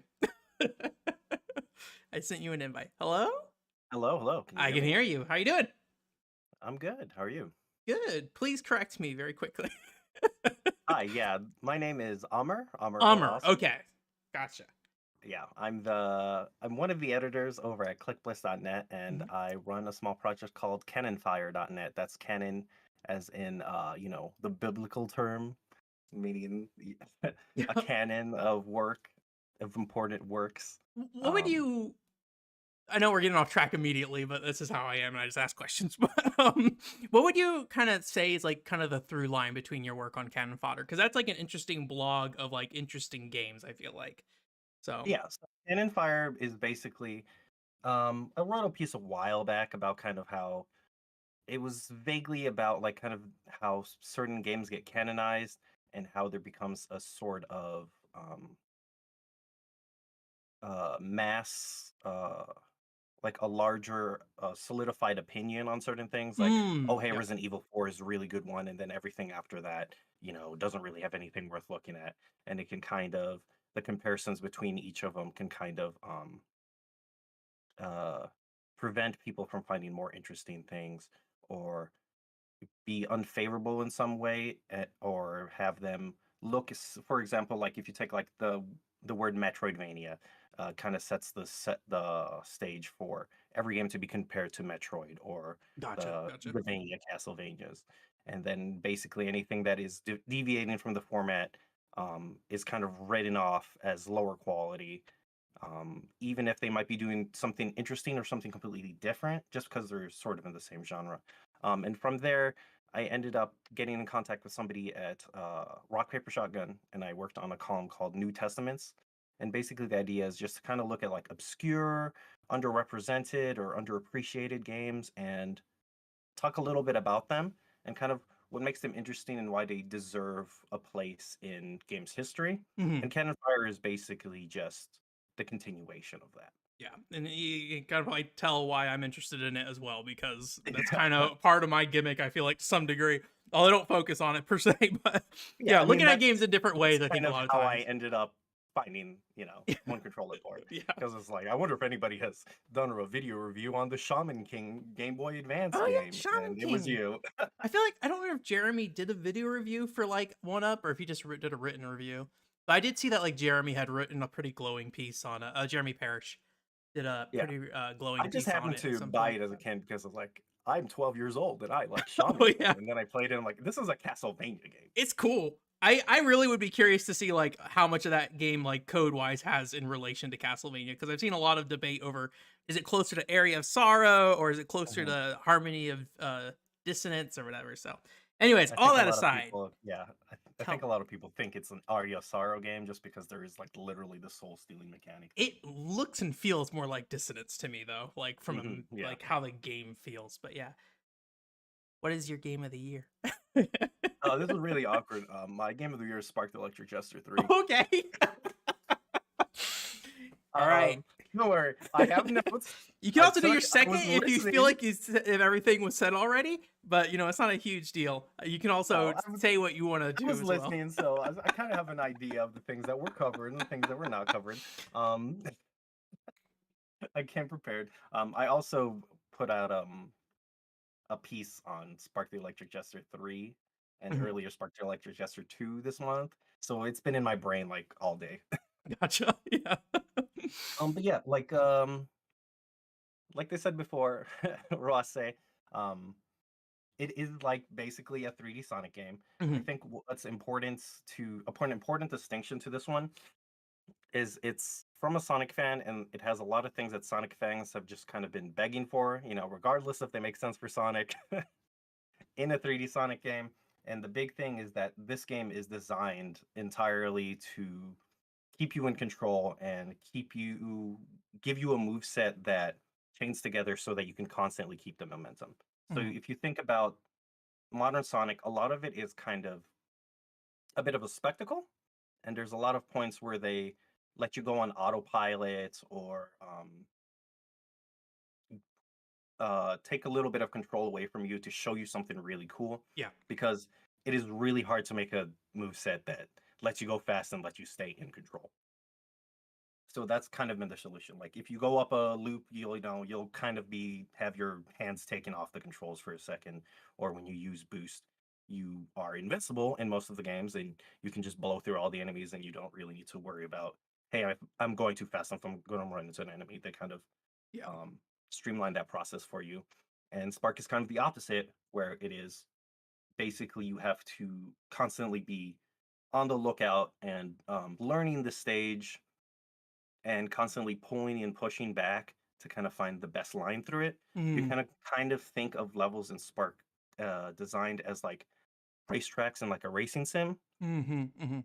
where um, you're doing your best not when you're like constantly boosting and keeping up the boost, but you're doing your best when you kind of find the line through it and you know that you need to slow down here so that you can um, speed up on the next section or not smash into this thing. There's a real push and pull to it, and going really fast is a kind of a reward for learning the level, sort of like the older 2D Sonics. Yeah, yeah, because a lot of it's memorization in 2D Sonic games. If you don't have that memorization per se, Hmm. the game is really. I think it depends on the game. Some games are a little Hmm. more lenient with it. Like I feel like Sonic 2, you can kind of blast through that game no matter what. Yeah. Where like Sonic 1 is a nightmare in a lot of ways. Like I kind of feel like Sonic 1, if you're like playing it for the first time, is hold left the video game and hope you stop because you don't know Yeah. what you're gonna get A pushed lot of into. people who play Sonic 1 really dislike that game. And part Yeah. of the reason is like a third of the game is Labyrinth Zone. Yeah, yeah, yeah. And like you get through the whole game, you're like, thank God I never need to see Labyrinth Zone again. And right before the final boss, they're like, how about you do Labyrinth Zone one more time? I'm like, there's 4 acts of Labyrinth Zone. I really like Sonic 1, but that's because I played it like 4 times. I will say Um, when I even despite the fact of having to stop like constantly in that game, I enjoyed it when I could play it as a platformer basically. So like I mhm, liked that. I like that game. I think I like it better than Sonic 3, I think honestly. Um, yeah. but but yeah, it is like a very different experience. Like if you're coming in expecting I'm going to go fast Sonic game, right? It's not really that in a lot of ways unless Yeah. you get that memorization down. So Hmm. I wanted to ask one question. I don't think I Yeah. asked Renoa this question. Um so I think one thing that defines a lot of 3D Sonic games, maybe not Frontiers, because Frontiers is a game that's really open ended and there's not a lot of Right. restrictions in where you go. Is I feel like a lot of 3D Sonic games have this problem where you, like you said earlier, you kind of like locked in, they kind of take control away from you.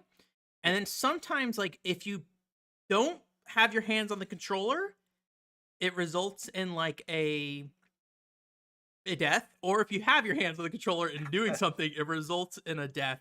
I'm guessing with electric, because you have more control in that game, it kind of Mhm. avoids that because it's kind of your fault whatever happens at the end, rather than feeling like the game itself was restricting you in a certain way, and you kind of have like this hitch of confusion where you're like, I don't know how much I Mhm. control, and then I don't know what inputs I did kill it. Is that accurate? Is that something that's that game solves, or is that still kind of a part of that game in some ways? Absolutely, because it's not doing. There's no parts where you take your hands off, or it's like showing you a cinematic angle.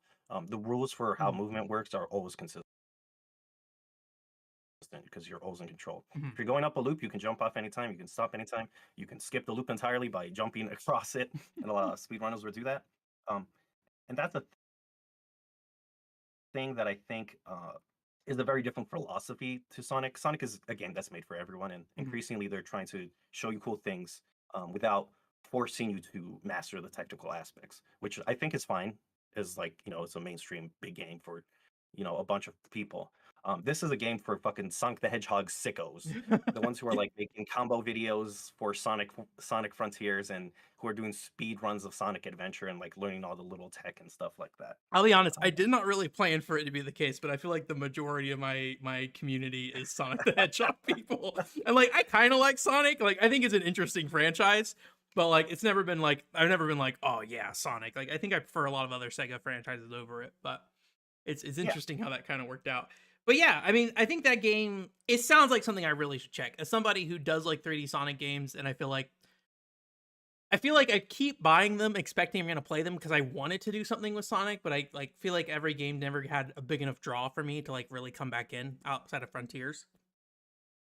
I think hmm it probably makes sense for me to check this game out. So I will yeah, I will consider it. I will look at it. for sure. It's Recommendations for the stream. just a really good sandbox of tools, Mhm, and they give you the space to play around with them. Like mhm, some of my favorite levels in that game are not about like finishing the level and running to the end. They're kind of like, hey, collect some medals around the stage. But then you get to like go on rails and loop around the stage and kind of basically do like a Tony Hawk level mhm. where you're like, okay, I got 5 minutes. How do I get a path through here? And how can I chain like sick rail grinds and homing attacks together Yeah. so that I can finish it within the time limit? Cool. And like they said, you can finish the game in like 3 hours. My total time on the game right now is like A 16 lot. Yeah. I figured as since much. I got it. Yeah. So it's definitely a game that I'll probably keep coming back to, and I'm not really going to get tired of. Yeah. Um, also notable if you kind of like, I wrote up 1 and 2 before, and I think they're interesting in their own right. But if you kind of like only have the time for one of them, Spark 3 also got the levels from Spark 2 added in them. Oh, nice. There's a little bit of changes because the mechanics aren't quite the same, Yeah. but it's kind of like a really massive package for what it is. Cool. Yeah, that's great. I like kind of bringing stuff in from the past games because, like, especially when like mechanics have changed a lot, because it kind of changes how you play those levels. Obviously, there's the whole thing that it can break levels, but ideally, Yeah. if they're bringing them in, like, hopefully it's not breaking it, right? Like, they're the changes they're making, kind of Yeah, thing. they So have to make some changes because there's just moves that don't exist for your main character anymore. yeah, I know this is almost completely unrelated, but I spent a lot of time just trying to find a copy of White Knight Chronicles 1 for the longest time because like I want to play White Knight Chronicles 1. I know 2 has it in there, but I want to see hmm what that game looks like originally versus like all the changes they made later and then they Yeah, before readapted they it were all in there and I'm like I want to play before the they worst refined video it game again. please probably. So I can maybe Yeah. be the jerk that comes in later like oh they messed it up. So Yeah, I mean, you already did that for Castlevania 64, right? I haven't done that for Legacy of Darkness, actually. That is something that I promised I like just 5 years remember, ago and yeah, have not done.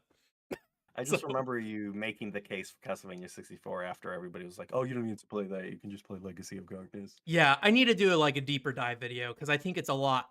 There's a lot going on there, and I think it's one of those things that I understand why people prefer Legacy of Darkness because I think mechanically it plays better, but Yeah. Mhm. there's a lot of structural issues with that game. You know, I don't think a lot of people adore escort quests, and they added an escort quest in, which is like Yep. cool. There's a lot more puzzle solving, which I think the puzzles in the original game's a lot lighter, so it like everything's kind of moves more smoothly in a lot of ways. And some of the levels get Mhm. a little too long in Legacy of Darkness. There's eventually, eventually I'll do that. So I'll get there. Um, all right. Well, anything else you want to say about your game of the year, or you want to just shout a name for another video game real quick before I let you go? Um, well, I already wrote like 2,000 words on like this game, so if you really need to hear me talk more about it, Yeah, I'll link to the piece in the Discord or something, I Yeah, guess. Discord But chat, wherever you want to do it. So, but real quick, the other game that probably would have been Game of the Year if this game didn't exist is Azure Striker Gunvolt 3 for similar oh, I reasons. haven't played it still. It's like Mega Man Zero, but what if you could go really fast and kill 20 enemies before touching the ground? There's probably a video in me someday about Inti Creates and all their characters and how well they all play. So, but Yeah, yeah, for sure. Gunvolt 3, I have not done that yet. I got all caught up on Kogan this year, and Kogan was not the greatest video game, but that's where my Kogan- Gunvolt mind space went this year. So, but yeah, that's good to Mhm. know. Yeah, I love sure. the Gunvolt series. So I definitely See, I wanna check don't out as 3. much. I'm a little bit more mixed on them. I've heard really So, good things about 3 specifically, at yeah, least. So so it seems 3 like is this one kind really of up there. got there. Yeah, there's The been gap problems is with the really Gunvolt big series for in me. the past for sure. So, Mhm. so yeah. But all right, cool. Well, thank you so much. Yeah, feel free again, Renault as well. Feel free to link whatever you want in the chat or in the Discord later, or in the comment section for the video. Or if you just want to throw me the links, I'll throw them somewhere later as well. So, whatever you do. So, all right, cool. Well, thank you so much for jumping on. I appreciate it. Absolutely have fun a- talking to you. Have a good 2022, and if you're sticking around, I will see you in the chat. I'll see you in the chat. All right, bye. All right, Galaga. 1 second. We're gonna do a little bit of rating. So I've eaten 2. I finished. I didn't clean them because I kind of trying to move through these a little bit. But Buddy Mission Bond, or no, Aaron. I'm gonna give the hamburger steak like, I think like a B. If it was warmer when I ate it, I think it'd be like a good B plus. I think I need to put more sauce in there personally. So if you're making your own Aaron Buddy Mission Bond hamburger steak at home, there you go, more sauce. This for Luke, the cake and ice cream, I'm gonna give it like a B minus. Ice cream in the middle layer, I think, would have been a better choice. Also, eating it before it started melting, in my opinion. And then now, while Galaga goes, I'll be doing the Outwitter, Chelsea. So, also, Renault, I don't know if you can type this, but what is your opinion, Chelsea or Cesare? Because I've seen people say Cesare. It's also like spelt Chelsea. So, I think Cesare is like the actual like literal pronunciation, like a Eris versus Aerith kind of thing. So, all right, Galaga, enter the ring. Yo. Sonic fan number 3 here today to tell me their game of the year. Is it also Electric Jester 3? You know, I'm gonna say this. Spark the Electric Jester 3 was almost my game of the year. Almost. And then Sonic Frontiers came out, and that became my game of the year. Gotcha. We talked a little bit with Renoa. Renoa, obviously not as good as high as his opinion, but I think you have a really high opinion of it. So let me hear your case on it. For Spark? Frontiers. Oh, right. Yeah, I think we talked about enough about Spark tonight. I think we're done with that. So I think, well, okay. Part of it is like part of with Frontiers that I really loved about it was, I mean, and thank you, it Peach really. Stars. Sorry, I was talking to Sorry? someone in chat real quick. They give their writing for Cesare or Chesley. Okay. So go ahead. Yeah. I mean, part of why I really love Frontiers is that it really feels like it really feels like this was the game that Sonic Adventure wanted to be, but the tech just wasn't there at the time.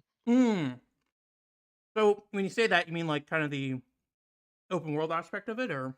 Yeah, because I feel like they wanted to do something a lot more ambitious with adventure, with like those adventure fields, especially with something like the Mystic Ruins, where it was like a much wider open area. Um, and then when Sonic 06 came out, the tech was there, but they just didn't have the time to actually finish the game. And with Frontiers, it feels like this is what they wanted to do originally, where they would have a big open environment for you to explore in, for you to find like hidden secrets, where you would like collect upgrades. Because like Adventure was originally going to be an RPG, so you could kind of say like some of that RPG aspect made its way into Frontiers.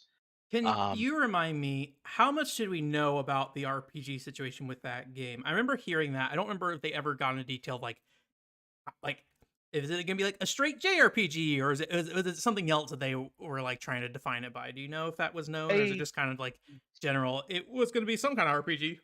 yeah, I knew it was gonna be some kind of RPG. Like Gotcha. I don't know if there were any like leaked builds or any design documents or anything like that, but Hmm.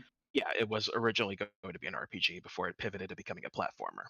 Gotcha. Um, and yeah, with Frontiers, like it, like that's what it feels like it was going to be. Like it feels like each of the islands is like just one big hub world, and then you'd have all of these, um, just all of these like cyberspace levels that you could say kind of act as the action stages. Mm-hmm. Um, so yeah, there's that aspect of it that I really liked about it. Um, Also, just mobility.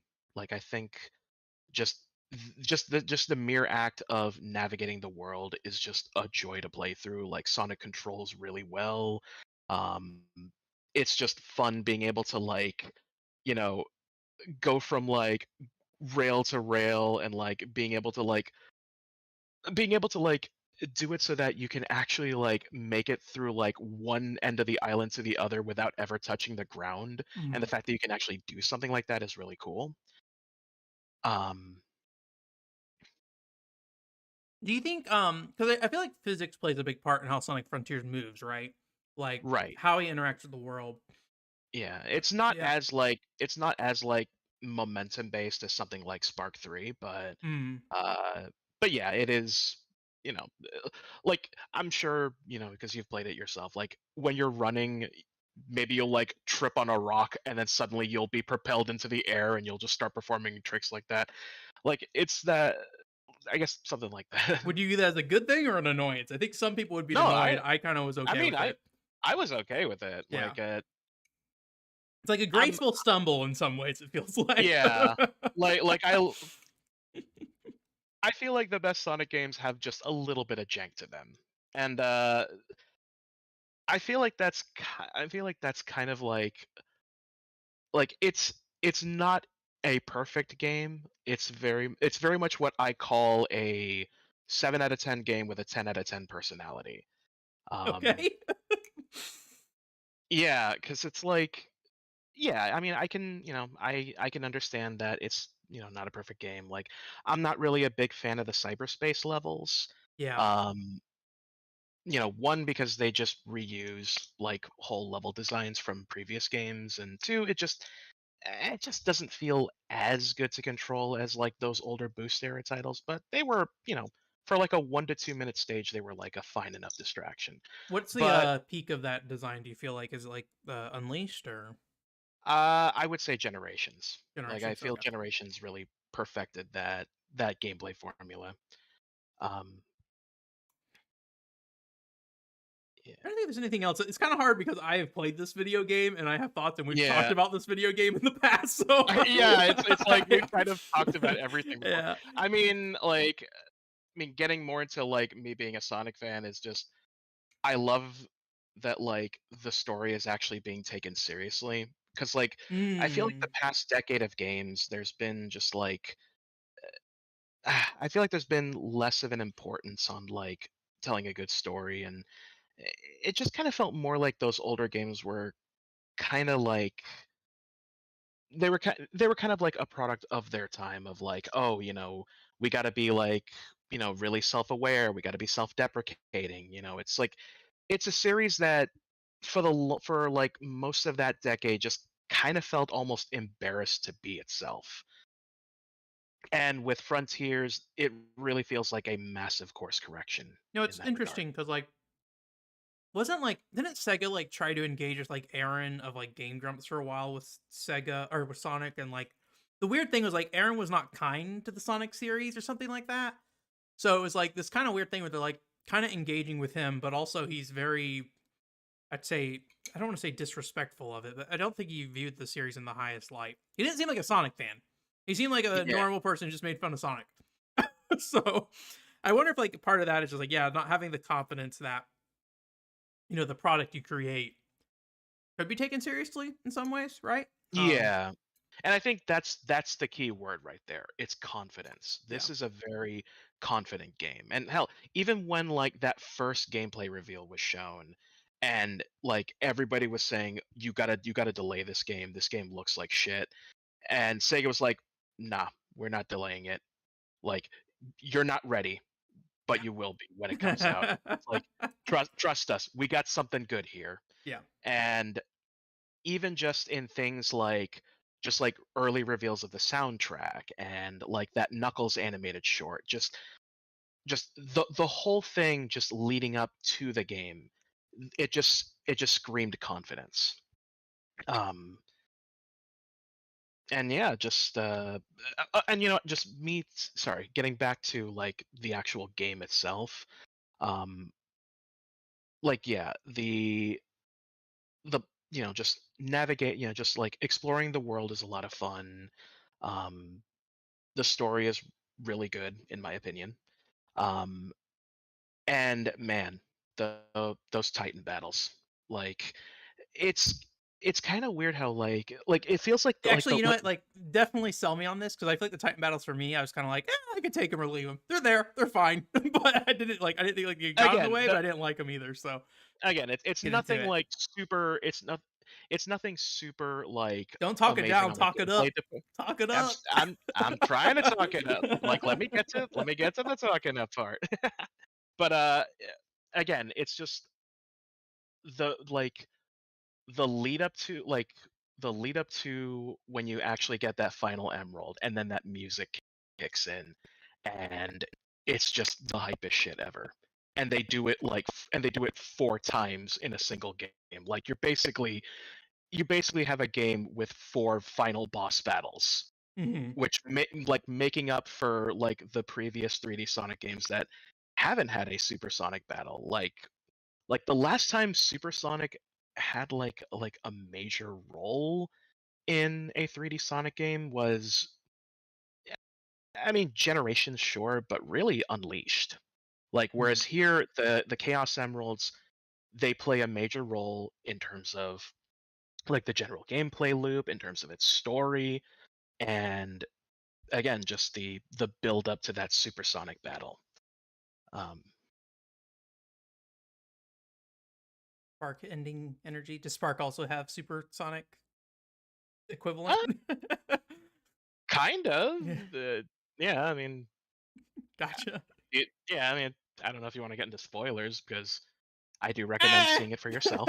Like, I don't know if I'm not someone who's like, oh, the supersonic the spoiler thing, really, but yeah. I guess one thing I can ask you though, because you mentioned earlier it's a 7 out of 10 game with a 10 out of 10 energy. Um, what do you think? What do you think brings it to that 7 out of 10 level to you? Like from a gameplay perspective, like what closes that gap for you? I guess that's say why is it 7 out of 10, and what closes the gap to be a 10 out of 10 personality? Does that make sense? Well, yeah. Well, I mean, just how do I put like yeah. I mean, I mentioned before the cyberspace levels are kind of my Yeah, least favorite part.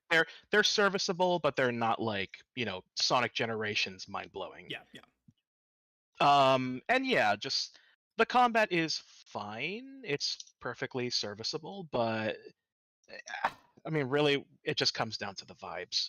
That's kind of what really what really sells it on me. Like Like the just game's vibes in terms of like yeah, the the storytelling. game's vibes, the game's storytelling, the Hmm. music, like the fact that every single cyberspace level has its own unique like EDM track is great. Yeah, those are really good. Um, I definitely downloaded that soundtrack. yeah, So yeah, yeah, it's kind of interesting that everyone's like mentioning the cyberspace stuff because like I feel like this is the game that cyberspace has really clicked for me, but it was more for the context that they were in, maybe not the gameplay part of it. And other than the drifting being a little weird in there, it didn't really jump out to me. But I haven't played. Well, I played Generations. I don't know if we've talked about Generations. I don't have the kindest feelings about Generations, but uh, but like Colors, I think is the game that probably defines the best version of that for me. And thinking about it, it probably doesn't play as sharply as that, at the very least, maybe. But I also feel like it might has more freedom of movement versus Colors, because I feel like Colors is very rail focused in a lot of ways, where you kind of end up on left, middle, or right, and this game kind of has that. But I don't feel like it doesn't lock you in nearly as much. Does that sound accurate and reasonable? Like what the distinction is? I'm just trying to find like what really the issues with the colors levels were, other than just saying generally like they're just kind of weird, like they just don't control quite right, kind of thing. That makes sense. Uh, yeah, I mean, I think Maybe so. okay. Well, yeah. I think that's all I really have to ask about that, though. Is there anything you want to say about Sonic Frontiers, or do you want to shout another video game like Electric Uh, 3 or whatever it is? well, I guess I can. Well, actually, I do want to say, just like in general, this year has just been a pretty awesome year just to be a Sonic fan. Yeah. Just like on the whole, like you got the sequel to the movie that came out, and that was pretty much everything I wanted a sequel to be. Uh, I started watching Sonic Prime, and that was pretty entertaining so far. I still haven't finished it yet. Mhm. Um, we got two really amazing Sonic fan games this year. Like Triple Trouble 16-bit is a remake so good that the only reason I would suggest even going back to the Game Gear version is just to compare it to how much better the remake is. And Sonic and the Fallen Star just came out of nowhere and completely blew me away with just amazing gameplay and just really nice visuals and stuff. Is this different than the Um, one you showed me? I forget the name of it. oh, the one I showed you, and yeah, the one I showed you was Sonic Omens. And Omens. That's right. okay, so I know the fan base really hates that game, and rightfully so, because of the just like the drama behind with the developers. But at the same time, the fact that we are now at the point where a fan-made 3D Sonic game can look almost indistinguishable from an official console 3D Sonic game, it's kind of amazing. I mean, it's a little less amazing when you realize the developers were basically crowdfunding it, but still, Yeah. like the fact that we're at that point, I mean, the sky's the limit for future Sonic fan games. And I love that Sega has a completely symbiotic relationship with fan game developers, even bringing them on board to work on official stuff like Sonic Mania. Mhm. Um, and also just on the indie side of things, like yeah, we had games like Spark 3 and Freedom Planet 2, which give us I like forgot about an Freedom amazing Planet too. That did come yeah, out an then. amazing 3D Sonic game and an amazing 2D style Sonic game. Yeah. Like it's and then just to cap it all off with Frontiers, I mean, you know, some may disagree, but I think, Sonic fans are eating good this year.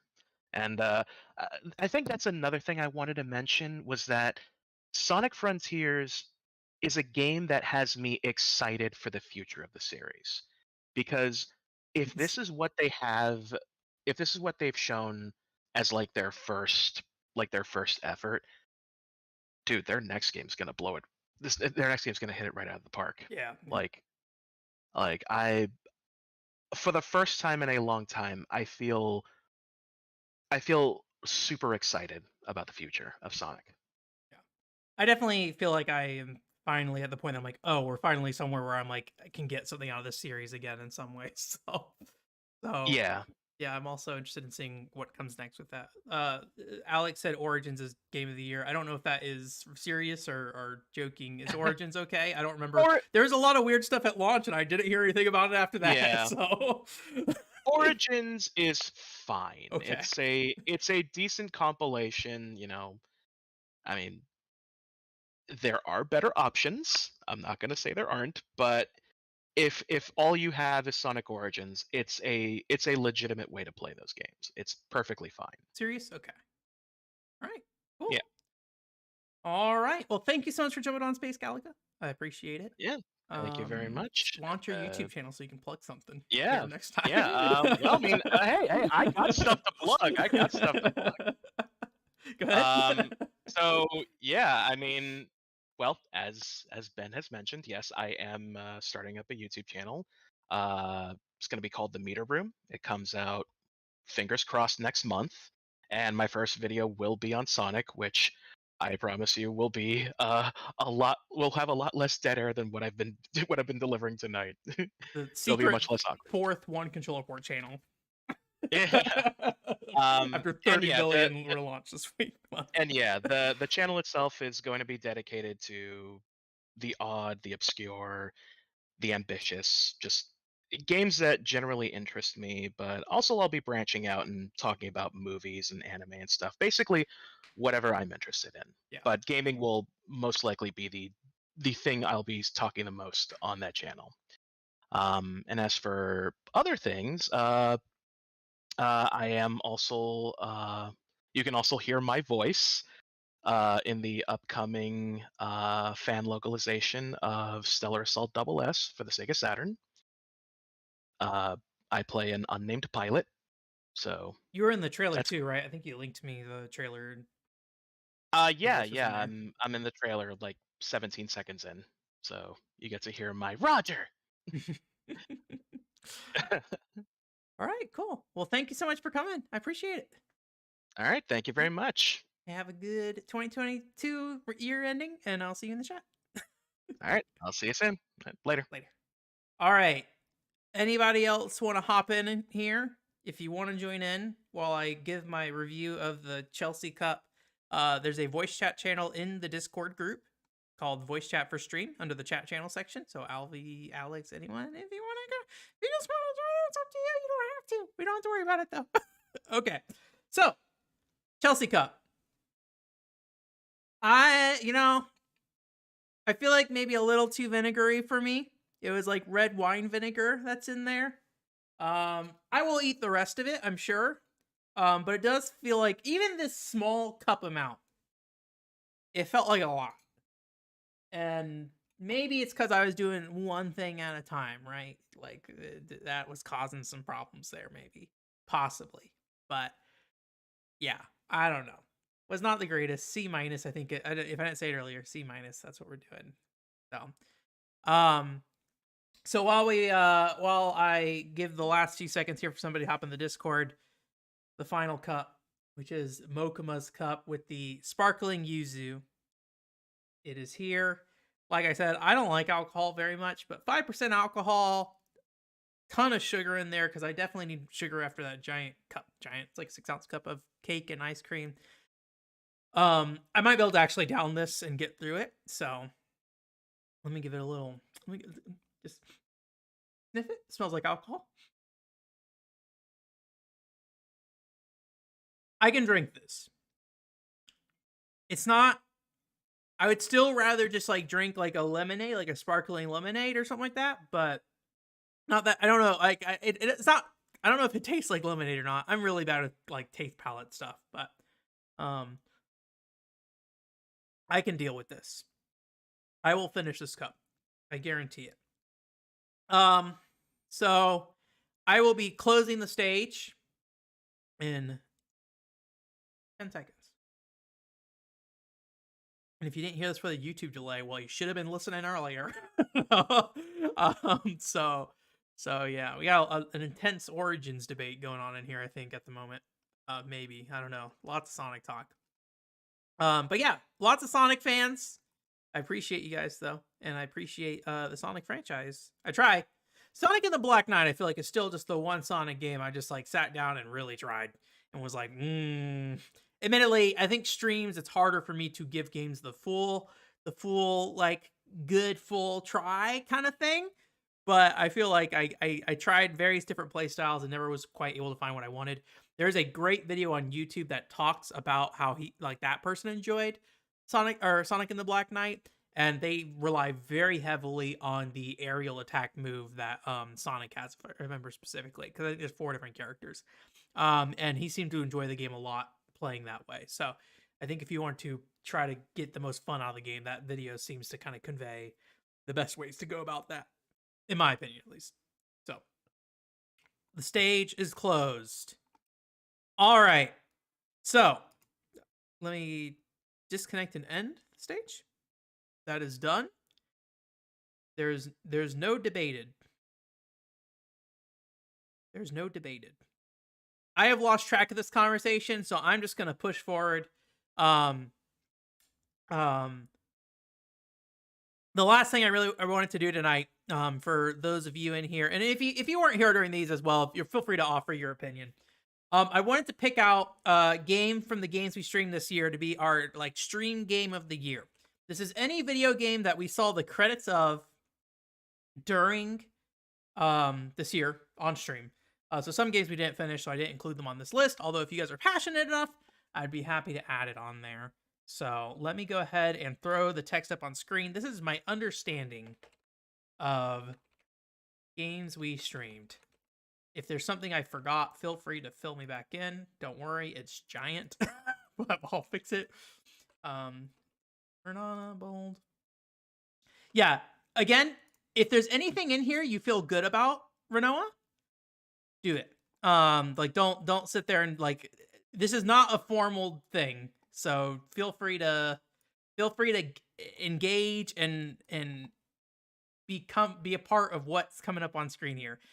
So let me try to get this to a readable space, but big enough that I can fit everything on board. So I believe these are all the video games that we saw the endings to. The fireworks are in the way. Let me see if I can change the text color. Gun Gauge is on there. We did finish Gun Gauge again this year, so I forgot about that. You are familiar with Gun Gauge. Confirmed. Let me change the color of this text. Engage with Gun Gauge. We played hard mode, and I think, when we talked about it last time, I think we talked about the fact that hard mode was slightly different, and I wanted to go back and check it out, and that was the whole thing that led to us looking at the thing. And I don't know if I can be able to get a good color for this on this background, so let me do this. But yeah, so that what led to this was replaying that game for that podcast and then being like, oh, the hard mode's different. But unfortunately, it's not nearly different enough. So, image, black background. Making a quick black background here. I think this is it. Better be, because I'm just loading up here without asking questions. Oh, maybe I did load it up here. Did I? Black background. Was it? Oh, maybe it was lost. Maybe it got layered behind stuff. No, it's here. What's up? Why are you hiding black background? Transform. Center to screen. All right. Well, you guys are just going to have to do your best to read that. So, so let's say we got here. So Gun Gauge was mentioned. Vampire Killer, Bloodlines or whatever. Okay. Is there, any other votes from other people? I mean, Alex and Mr. T, you guys are the ones who have been here for basically every stream, so I would appreciate your opinion at the very least on this list. But so Gun Gauge, and then Mr. T, I would assume Pac-Man World 2 is pretty high up there for you. I could be wrong. And then both are pretty sleek. Amar, if you had to pick, I messed it up and I already forgot what it was. Sorry, I'm just being a white boy. I'm sorry. What is Pac and Roll wasn't this year, but I appreciate your enthusiasm. If you had to pick Gun Gauge or Bloodlines, which one would you pick for that? I'm gonna need like a tiebreaker here. So, if we get tied with the current rate we're going, it is currently tied, I believe. So. I need a stance by you. Make bold stances. We got one Bloodlines, one Gun Gauge, and then one in between, and then a random Pack and Roll. You would probably pick Bloodlines. Okay. The Bloodlines got 2 at the moment. Anybody else wants to get in on this? Rygar. Yeah, Rygar. Rygar's got a 1. don't worry about opinion being basic. Sometimes it's just what feels good. Dread Damo says Bloodlines. All right. Bloodlines is 3. Bloodline is winning so far. Unless we get some additional people there. You know, Renoa, Rygar. I did not expect much of anything out of Rygar. I jumped in that game thinking it was going to be straightforward action hack and slash thing. And it doesn't control amazing. I think if you get different weapons and different moves, it controls better. But early on, and for probably a good chunk of the game, it doesn't control amazing all the time. But it's got a really interesting level design because it's really kind of open-ended and interconnected. And I think it's a really cool game. And so, yeah, if you haven't played it, I would recommend it. It's not that long either. I don't know how the Wii version is. I think that game, like, weirdly enough, might not use motion controls. But I need to go back and look at it. But they're basically the same game, just different buff dudes on the cover. So, all right. It does have that, yeah, where you slam him down. That's pretty good. So, all right. Well, I'm gonna start cutting games out of here. I'm not seeing any further votes happening at the moment. So Bravo Music Christmas Edition, unfortunately, not quite there. Apple Tail didn't get any love. One Piece Unlimited Adventure, everybody's favorite video game. Disney Princess Enchanted Journey. I remember just like we were in the middle of that video game and I started like referencing Nier when it came to some of the design decisions for that game. I was like, this is all right. I'm on board that Crime Crackers probably doesn't belong on this list. Pac-Man World 2, I think I'm also on board that this doesn't really belong on this list. I think Mr. T is probably the most passionate for that game here, and he is MIA, so we will leave that be. Parasite Eve, I do not like that video game, but I think everybody else enjoyed it. And then Evergrace, I like that video game. So if this were me, I would be voting Evergrace off this list, but we're getting there. Mr. T, get your bit in. Did you see the list of games at the very least, Mr. T? Here we go. Alv, you can't change your opinion. we're already doing it. Bloodlines is top. Okay. I think we're gonna have like a three thing.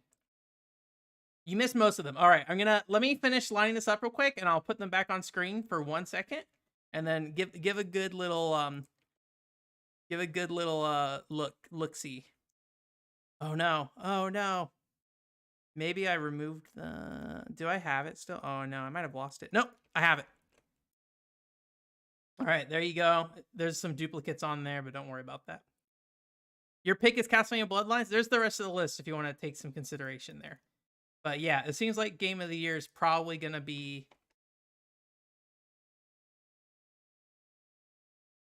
Stream Game of the Year. It's probably going to be, what's it called? Let me save that. Let me extend. Can I make this wider? How many pixels is wider? Pixels. Can I please just make this bigger? All right, well, I guess let me just change it to GotY. GotY? Okay, Japan Video Games. Nappletail got a vote. Oh no. We got a tie. We have ties now. We're gonna have to choose between these in a second. Nappletail got 1 vote. Okay. Bloodlines is still your pick, Mr. T? Okay. All right. I think we can pretty confidently say Bloodlines top of this list. Every other video game here is not at the top of this list, but has 1 vote.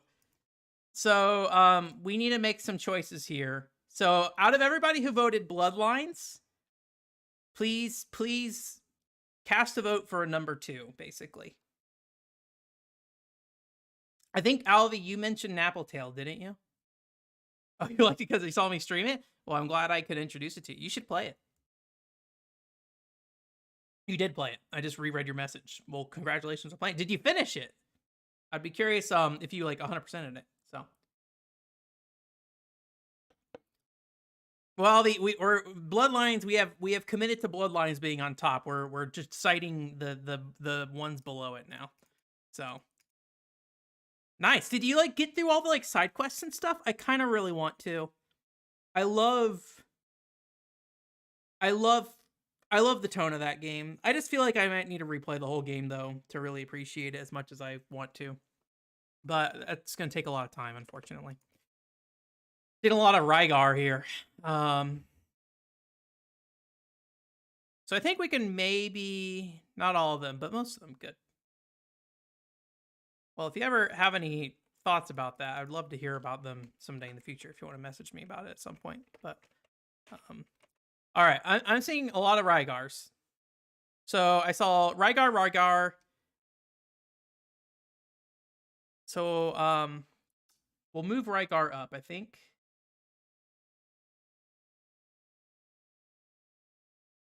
Nope. So I think we're just looking at Nappletail and Gun Gauge. I think we've had 2 mentions of Nappletail so far. Dread is saying Gun Gauge. About 25 hours. Okay, I don't remember how long I played or how long it took me. I feel like I'm a little mixed up now. I believe Gun Gauge was mentioned earlier by Renoa. And then also Gun Gauge was mentioned by Amr. Sorry, I'm so sorry, Amar. I'm so sorry. I'm your like coffee guy at the coffee shop who just says your name wrong. There's like when I was worked at Wendy's and I had to take down people's name, people would say Ray for their name, like Ray, and my brain immediately would always go to the Japanese REI. So like every time I wrote their name down, it was REI Ray, and I would get so much shit from people. I think we might have a tie between Gun Gauge and Nappletail, and I might be willing to just let that be a tie. I kind of am okay with Nappletail and Gun Gauge existing on this list. So, I think that's what's gonna happen. Like, I like both of these games enough, and I like Nappletail more, I will say. But Gun Gauge was mentioned, I think, more than Nappletail, but I think Nappletail. They're just both there. Number 3 and Nappletail. It's Community Game of the Year. We can do whatever we want. 2, 1. There we go. We did it. All right. I hope you guys feel good about that because that's what we're getting. So very underrated. It's a game I feel like you gotta play, and I feel like you gotta play. I don't think you want to stream that video game, in my opinion. My opinion. There's some games I think really get hurt by you like streaming and not paying attention. So, is it dark? I think Nappletail.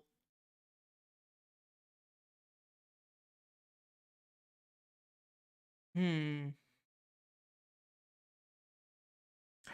know if it's dark, but it's very human, maybe, right? Like it's about people's.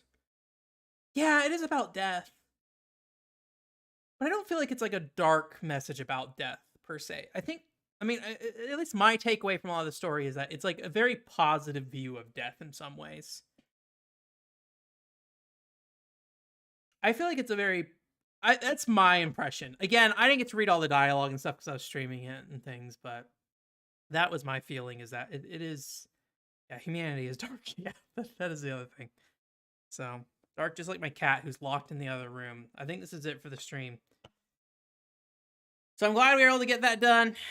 Thank you for agreeing on the game of the year. Put it on the table there so I can screenshot it later a lot earlier. Thank you for hanging out. Oh, did I give a rating on the Yuzu? Sparkling Yuzu?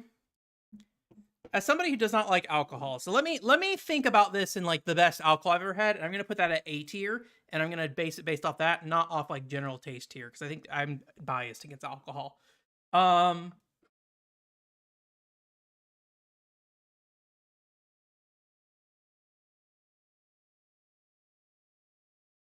B+. If someone offered me this and I knew alcohol was in it and I knew what it tasted like, and I wasn't going to be driving anywhere, I would drink this. I'll give it a B+. Better than Mountain Dew Hard Baja Blast. I can confirm that. Baja Blast is just like, I regretfully drank all that because it was a stream and I don't want to waste stuff. I made some like really bad gingerbread stuff this week and like I've continued to eat it even though I don't like it. It's just so goddamn sweet. So, but yeah, I mean, Oscar, don't worry about it. It's fine. Like all the community stuff doesn't really matter, right? I think it's more fun to just participate in it than it is to like really focus on like how like ethical it is if you participate or not, right? I'm just like, yeah, just get your thoughts, see what happens. I don't think even like Renoa has played Rygar, so and then Renoa gave it a 2, so so yeah, but yeah, definitely just whatever. So, buddy mission B+ on, yeah.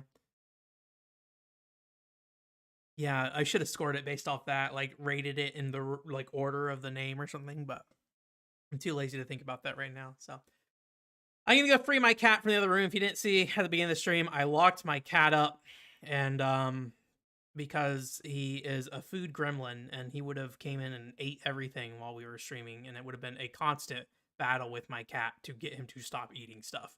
So yeah. Awesome. Yeah. We're gonna try to get something up next month. I got back so we're outsourcing the editing on that. I got back the draft for that. I still gotta watch it. I was supposed to do that, but I didn't. So I gotta go back and watch it. And the first episode's gonna be kind of retreading a lot of the same ground because we're going to the PCFX stuff. Assuming you probably haven't heard us talk on the other channel. I'm gonna guess a lot of people early on have had us talk earlier on. But I want to kind of like start afresh with that channel in some ways. So it's a little more structured, but it's going to get looser because we kind of had to go through a lot of very specific information at the start of the first episode.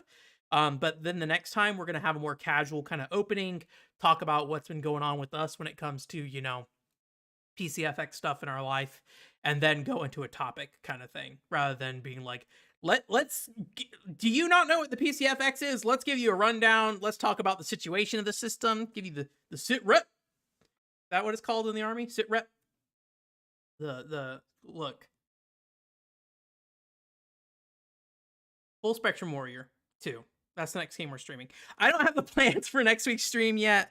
So we'll see. I'll try to get something. But again, I'm gonna try to be more flexible with the streams this year. I may move the stream up to 6 p.m. Pacific time. Get a little earlier. Make it so it's not as late for you guys on the East Coast when we're wrapping up. So I kind of feel guilty about that sometimes in this and in the weekend stuff. There also is going to be a weekend thing happening. I think we're watching Inferno Cop, if I recall correctly. So if you want to join the Discord channel and watch Inferno Cop, that's at 7 p.m. Pacific time, I believe, on New Year's Eve, actually. So I don't know. I'll have to look at it. But if you go to the Discord group, there's an event set up for that. So yeah. Otherwise, I'm working on the Babylon's Fall video right now. I think good progress on it. I think I kind of got the base structure that I'm feeling pretty good about. So I'm gonna try to get that wrapped up sometime before that game shuts down. We'll hope so. But we'll see. Yeah. Okay. And you'll be streaming games as well. Okay. That sounds good. I'll look at it on the schedule and make sure there's nothing that is going to interfere with mine. I know it's been so busy since Christmas for me, so got to figure it out. Inferno Cop's just a fun show. So it is a fun show. I that's my favorite Trigger show probably is Inferno Cop, but you know, that's me being me and being dumb with that kind of stuff. I haven't watched it in a very long time. I think that was like Studio Bancho. I used to watch a ton of Studio Bancho stuff. I think that's what's called Studio Bancho or Studio Busk. No, Studio Busk is the what's that called? The 24 Tokyo people. Studio Bancho, I think, is the animation YouTube thing, but I like their shows a lot. So anyways, but yeah, I'm gonna run out. But thank you guys for coming. Thanks for being here. And yeah, we'll start off 2023 with something. Something's gonna happen and we'll stream it. Also, just a reminder that I'm gonna try to figure out how this archive is going to end up on the other channel playlist or re-upload or something.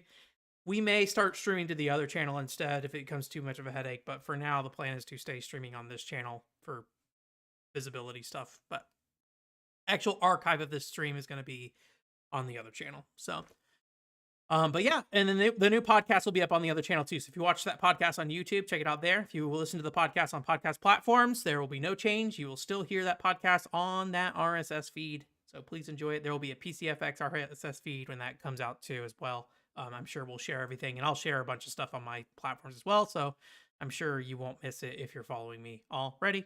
So yeah. All right, you guys have a good night, and yeah, Happy New Year. Enjoy your rest of 2022.